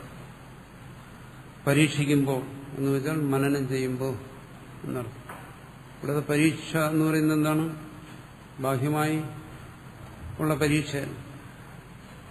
മനനം ചെയ്യുമ്പോൾ, ഏകാഗ്രമായി മനനം ചെയ്യുമ്പോൾ, തത്വത്തെ അറിയുന്നതിന് വേണ്ടിയിട്ടുള്ള മനനം. ആ മനനം ചെയ്യുമ്പോൾ എന്ത് മനസ്സിലാവുന്നു? ശബ്ദപ്രത്യവിഷയം വസ്തു, ശബ്ദത്തിന് ആധാരമായിരിക്കുന്ന വസ്തു, അനുഭവത്തിന് ആധാരമായിരിക്കുന്ന ആ ബാഹ്യവസ്തു എന്താണ്? ഘടപുത്രാദിലക്ഷണം. അതെന്തുമാകാം, വൃക്ഷമോ ബീജമോ വസ്ത്രമോ പുത്രനോ എന്തോ ആകാം. അതെല്ലാം എന്താണോ? അത് ശബ്ദം മാത്രമേവ തത്. കാര്യമെന്ന് ധരിക്കുന്നത് ശബ്ദമല്ലാതെ മറ്റൊന്നുമല്ല. അതിന്റെ ഉപാദാനത്തിൽ നിന്ന് അന്യമായ മറ്റൊന്നല്ല. ഉപാദാനത്തിൽ നിന്ന് അന്യമായി കാണുന്നത് അതിന്റെ ഒരു ആകാരം മാത്രമാണ്. വസ്തുവിന്റെ ആകാരമാണ് ആ ശബ്ദവും. വാചാരംഭണം ഇത് ശ്രുതേഹി. അവിടെയാണ് ശ്രുതി പറഞ്ഞത് എന്താണ്? ഇത് വെറും വാക്കിന് ആലംബനമാണ്. സത്യെന്ന ജായത്തെ സത്വാ മൃത്പിണ്ടാധിപത്. അത് സത്താണെങ്കിൽ കാര്യകാരണങ്ങളെ അപേക്ഷിച്ച് നോക്കുമ്പോൾ എന്താണ്? കുടത്തെയും മണ്ണിനെയും അപേക്ഷിച്ച് നോക്കുമ്പോൾ മണ്ണ് കുടമായി ജനിക്കുന്നതായി കാണുന്നുണ്ട്. പക്ഷെ മണ്ണിന് മണ്ണായി ജനിക്കേണ്ട ആവശ്യം വരുന്നില്ല. കാരണം അതത് തന്നെയാണ്. സത്തിന് സത്തായി ജനിക്കേണ്ട ആവശ്യം വരുന്നു. നൂലിന് നൂലായി ജനിക്കേണ്ട ആവശ്യമില്ല. പക്ഷെ നൂലിൽ നിന്ന് വസ്ത്രം ഉണ്ടായി. അതുപോലെ പഞ്ഞിക്ക് നൂലായി ജനിക്കേണ്ട ആവശ്യമില്ല. പഞ്ഞിക്ക് പഞ്ഞിയായി ജനിക്കേണ്ട ആവശ്യമില്ല. കാരണം അത് തന്നെയാണ്.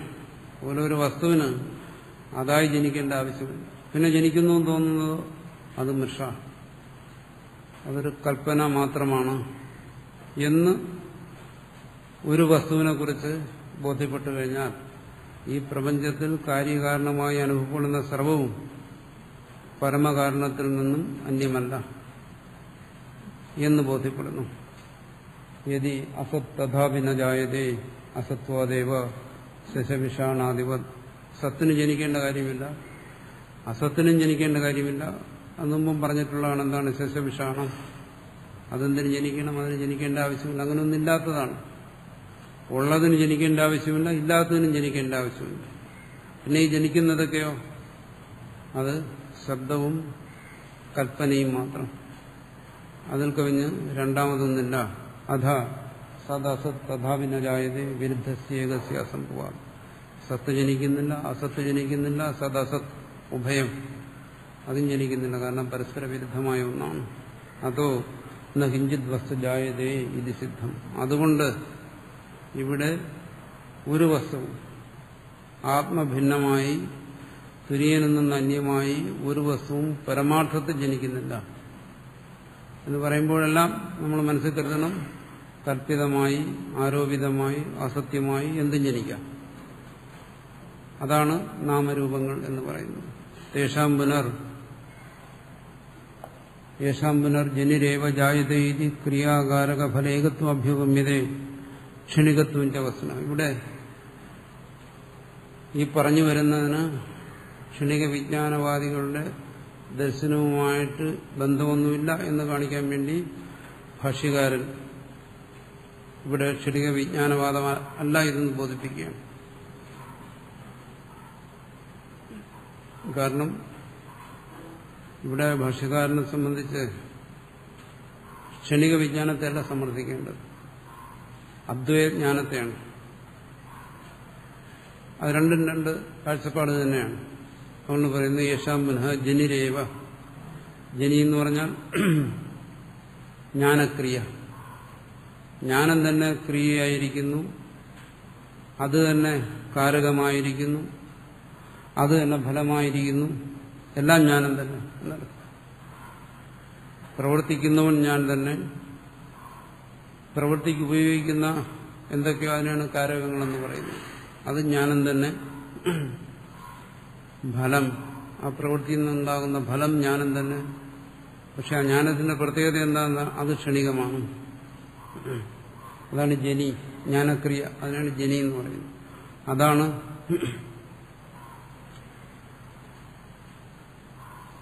ജായതീതി ക്രിയാകാരക ഫലേകത്വം. ജ്ഞാനരൂപത്തിൽ ഇതെല്ലാം ഒന്നാണ്. ക്ഷണികത്വം ച വസ്തുന. അതേസമയം വസ്തുക്കൾ ക്ഷണികവുമാണെന്ന് പറയുന്നു. അതിനെ നിഷേധിക്കുന്നു. അതല്ല ഞാനിവിടെ പറഞ്ഞു വരുന്ന തേ ദൂരദേവ ന്യായാപേദ. അത് യുക്തിക്ക് നിരക്കുന്ന കാര്യമില്ല. എന്തുകൊണ്ട്? ഇതം ഇഥം അവധാരണ ക്ഷണാനന്തര അവസ്ഥാന അനനുഭൂതസ്യ സ്മൃതി അനുപത്തി ക്ഷണിക വിജ്ഞാനവാദത്തെ പല യുക്തികളും ഉപയോഗിച്ച് നിഷേധിക്കുന്നുണ്ട് അദ്വൈതം. അതിലൊന്ന് ഇതാണ് ഈ പറയുന്നതാണ്. എന്താണ്? ഒരു വസ്തുവിനെ നമ്മൾ മുമ്പിൽ കാണുന്നു, ഇത് പുസ്തകം എന്നറിയുന്നു. ഒരു വസ്തുവിനെ അറിയുമ്പോൾ ആദ്യം നമ്മളതിനെ എങ്ങനെ അറിയുന്നു? ഇത് എന്നറിഞ്ഞിട്ട് അതിനോട് ചേർത്ത് ഇത് പുസ്തകമാണ്, ഇത് പേനയാണ്, ഇത് മേശയാണ്, ഇങ്ങനെ ഓരോന്നിനെയും അറിയുന്നു. അപ്പോൾ വിജ്ഞാനം ക്ഷണികമാണെങ്കിൽ ഇത് എന്നൊരു വിജ്ഞാനം ഉണ്ടായി, അടുത്ത ക്ഷണത്തിന് വേണം പുസ്തകം എന്ന് പറയുന്ന വിജ്ഞാനം ഉണ്ടാകാം. അപ്പോൾ ഇത് എന്ന് പറയുന്ന വിജ്ഞാനം നശിച്ചിരിക്കും. ഫലത്തിൽ ഇത് പുസ്തകം എന്നുള്ള ഒരു അനുഭവമേ ഉണ്ടാകത്തില്ല. കാരണം പ്രതിക്ഷണം വിജ്ഞാനം ഉണ്ടായി അടുത്ത ക്ഷണത്തിൽ അതില്ലാതിരിക്കുകയാണ്. ഒരു ക്ഷണത്തിലുണ്ടാകുന്ന വിജ്ഞാനം അടുത്ത ക്ഷണത്തിൽ നശിച്ചു പോകും. ഒരു വസ്തുവിനെ കുറിച്ച് എങ്ങനെ അനുഭവം ഉണ്ടാകും എന്നാണ് ചോദിക്കുന്നത്. പ്രതിക്ഷണം വിജ്ഞാനം അങ്ങനെ നശിക്കുകയാണ്. അങ്ങനെയല്ലാതെ നമുക്ക് സാമാന്യ വിശേഷ ഭാവത്തിലല്ലാതെ ഒരു വസ്തുവിനെ നമുക്കറിയാൻ പറ്റത്തില്ല. ഇത് ഇന്നത് എന്നാണ് നമ്മൾ ഓരോന്നിനെ അറിയുന്നത്. അതിന് തന്നെ എന്താണ്? സൂക്ഷ്മമായ ക്ഷണവ്യത്യാസം അവിടെ വേണം. ഈ ക്ഷണത്തിൽ നമ്മൾ ഇത് എന്നറിയാൻ തുടങ്ങി, അടുത്ത ക്ഷണത്തിൽ അതങ്ങ് നശിച്ചുപോയാൽ പിന്നീട് ഇത് ഇന്നത് എന്നെങ്ങനെ അറിയും? അത് കഴിയത്തില്ല. അതാണ് ഇതം ഇത്തമിതി അവധാരണ അന്തര അനവസ്ഥാന. ഇത് ഇങ്ങനെ എന്ന് ഏകക്ഷണത്തിൽ ഒന്നിനെ ധരിച്ചാൽ ആ ക്ഷണം തന്നെ അടുത്ത നിമിഷം കാണത്തില്ല. ഒരു വസ്തുവിനെ നമുക്കറിയാൻ പറ്റത്തില്ല. അറിയാൻ കഴിയാത്തതുകൊണ്ട് അനനുഭൂത സ്മൃതി അനുഭവത്തെ ഒന്നിനെ അറിഞ്ഞില്ലെങ്കിൽ അതിനെ സ്മരിക്കാനും കഴിയത്തില്ല. അപ്പൊ അനുഭവം സ്മരണയില്ലാതായി പോവും ക്ഷണിക വിജ്ഞാനത്തെ സ്വീകരിച്ചു കഴിഞ്ഞാൽ. ക്ഷണികമായ വിജ്ഞാനങ്ങളുടെ പ്രവാഹമാണ് എന്ന് സ്വീകരിച്ചു കഴിഞ്ഞാൽ. കാരണം എന്താണ്? ഏറ്റവും സൂക്ഷ്മമായ ഒരു ക്ഷണത്തിലെ വിജ്ഞാനത്തിന് ഒരു വസ്തുവിനെ അറിയാൻ ഒക്കത്തില്ല. അത് വിജ്ഞാനത്തിന്റെ ഒരു പരമ്പരയ്ക്ക് അറിവുണ്ടാകത്തുള്ളൂ. പക്ഷെ ഇത് പരസ്പര ബന്ധമില്ലാതെ ഓരോ ക്ഷണത്തിലും വിജ്ഞാനങ്ങൾ നശിച്ചു പോയാൽ പിന്നെ ഒരു വസ്തുവിനുള്ള ജ്ഞാനം, ഒരു വസ്തുവിനെ ഏകമായി ഉള്ള അറിവ് അത് അസംഭവമായി പോകും. അങ്ങനെ ഒന്നിനെ അറിഞ്ഞെങ്കിലും സ്മരിക്കാനും ഒക്കത്തില്ല. അതുകൊണ്ട് ആ ക്ഷണിക വിജ്ഞാനവാദം ഞങ്ങൾക്ക് സ്വീകരിക്കത്തക്കതല്ല. അതല്ല അദ്വൈതി പറയുന്നത്, അതല്ല ഇവിടെ സമർത്ഥിക്കുന്നത്. അതിലേക്ക് പോകരുത് എന്നാണ് പറയുന്നത്. അങ്ങനെ പല ദോഷങ്ങളും ഈ ക്ഷണിക വിജ്ഞാനവാദത്തിൽ പറയുന്നുണ്ട്. ബൗദ്ധന്മാർ അതിനെല്ലാം സമാധാനവും പറയുന്നുണ്ട്. അതും അവസാനമില്ലാതെ പോകുന്ന ഒരു തർക്കമാണ്. അപ്പോൾ എന്തായാലും അതല്ല ഇവിടെ പറയുന്നത്. അദ്വൈതം അതല്ല.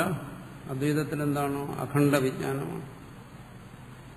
അഖണ്ഡ വിജ്ഞാനത്തിലെ പ്രതീതികളാണ്. അതിൽ തന്നെ ജ്ഞാനത്തിന് എന്താണ്? ക്ഷണികത്വത്തെ സ്വീകരിക്കുന്നത്. ജ്ഞാനം എന്താണ്? ഇവിടെ ഉണ്ടായി നശിക്കുന്നു. അത് ജ്ഞാനം സ്വയം ഉണ്ടായി നശിക്കുന്നതല്ല. ജ്ഞാനത്തിന് ഉപാധിയായിരിക്കുന്ന അന്ധകരണം ഉണ്ടായി നശിക്കുന്നതാണ്. ആ ഉണ്ടായി നാശം പോലും ക്ഷണികമല്ല. നമുക്കറിയാം എന്താണ്? ഒരറിവ് നമ്മുടെ ഉള്ളിൽ ഉണ്ടാകുന്നു, അത് നിലനിൽക്കുന്നു, പിന്നീട് അത് നശിക്കുന്നു. ക്ഷണിക വിജ്ഞാനം അനുസരിച്ച് അത് സാധ്യമല്ല. ഉണ്ടാകുക, നിലനിൽക്കുക, നശിക്കുക അങ്ങനെയല്ല. ഉണ്ടാകുന്നു, അടുത്ത ക്ഷണത്തിൽ നശിച്ചു പോകുന്നു. ഉത്പത്തിയും സ്ഥിതിയും ഒരു ക്ഷണത്തിൽ തന്നെ അവർ സ്വീകരിക്കുന്നു. അങ്ങനെ വന്നു കഴിഞ്ഞാൽ പിന്നെ എങ്ങനെ ജ്ഞാനം ഒരു വസ്തുവിനെ സംബന്ധിച്ചുണ്ടാകും? സാധ്യമല്ല. അനുഭവം ഉണ്ടാകത്തില്ല, സ്മൃതി ഉണ്ടാകത്തില്ല. അങ്ങനെ പല ദോഷങ്ങളും അതിനകത്തുണ്ട്. അതിന് വേണ്ട സമാധാനങ്ങൾ അവർ പറയുന്നുണ്ടെങ്കിലും അത് അദ്വൈതിക്ക് സ്വീകാര്യമല്ലാത്ത സമാധാനങ്ങളൊന്നും. അതുകൊണ്ട് ഇവിടെ പറയുന്നു, ഞാനിവിടെ പറയുന്നത് ആ ക്ഷണിക വിജ്ഞാനത്തെക്കുറിച്ചല്ല, സ്ഥായിയായ വിജ്ഞാനത്തെക്കുറിച്ചാണ്. അതിൽ ക്ഷണികത്വം നമുക്ക് അനുഭവപ്പെടുന്നുണ്ട്. നമ്മൾ പറയുന്നു എനിക്ക് ഇന്ന ജ്ഞാനം ഉണ്ടായി, ആ ജ്ഞാനം നശിച്ചുപോയി. അന്ന് ജ്ഞാനത്തിലുള്ള ഉത്പത്തി നാശങ്ങളല്ല, മറിച്ച് അന്ധകരണത്തിലുള്ള ഉത്പത്തി നാശങ്ങളെ ജ്ഞാനത്തിൽ ആരോപിച്ചിട്ട് പറയുകയാണ്. സർവവും ജ്ഞാനത്തിൽ ആരോപിക്കുന്നു. അതുപോലെ ഉത്പത്തി നാശങ്ങളെ അതിൽ ആരോപിച്ചിട്ട് അതിന് ഉത്പത്തി നാശങ്ങളുണ്ടെന്ന് പറയുകയാണ്. ഏതുപോലെ? ഈ ശരീരത്തിൽ അഹംബോധമുള്ളതുപോലെ. ശരീരത്തിൽ വാസ്തവത്തിൽ അഹംബോധമില്ല. പക്ഷെ ബോധത്തെ ശരീരത്തിലേക്ക് ആരോപിച്ചിട്ട് അവിടെ ഞാനെന്ന് കരുതുന്നത് പോലെ അത് മറ്റൊരു വിഷയമാണ്. അങ്ങനെ അതിനെക്കുറിച്ച് ചർച്ച ചെയ്യുന്നു. അതുകൊണ്ട് ഇവിടെ ഇപ്പോൾ പറഞ്ഞു വരുന്നത് എന്താണ്? സൃഷ്ടി സ്ഥിതി ലയങ്ങൾ സർവർക്കും അനുഭവമുണ്ട്. ആ അനുഭവത്തെ അദ്വൈതം നിഷേധിക്കുന്നില്ല. മറിച്ച് ആ അനുഭവം പരമാർത്ഥമല്ല. അക്കാര്യമാണ് പറയുന്നത്. പരമാർത്ഥത്തിൽ സൃഷ്ടിസ്ഥിതി ലയങ്ങൾ സംഭവിക്കുന്നില്ല. പരമാർത്ഥത്തിൽ ഏകനായ തുര്യൻ മാത്രം. ആ തുര്യനിൽ ഈ സംഭവിച്ചുകൊണ്ടിരിക്കുന്ന സൃഷ്ടിസ്ഥിതി ലയങ്ങളെല്ലാം കൽപ്പിതമാണ്. കൽപ്പിതമായിരിക്കുന്ന ഇതൊന്നും ആ തുര്യനിൽ നിന്ന് അന്യവുമല്ല, അനന്യമാണ്. അനന്യമായി ഇതെല്ലാം നിരന്തരം അവിടെ സംഭവിച്ചുകൊണ്ടിരിക്കുന്നു. ആ കാര്യമാണ് ഇവിടെ സമർപ്പിച്ചിരിക്കുന്നത്. സ്വതോ വാ പരതോ വാപി ന കിഞ്ചിത് വസ്തു ജായതേ സദ് അസദ് സദസദ് വാപി ന കിഞ്ചിത് വസ്തു ജായതേ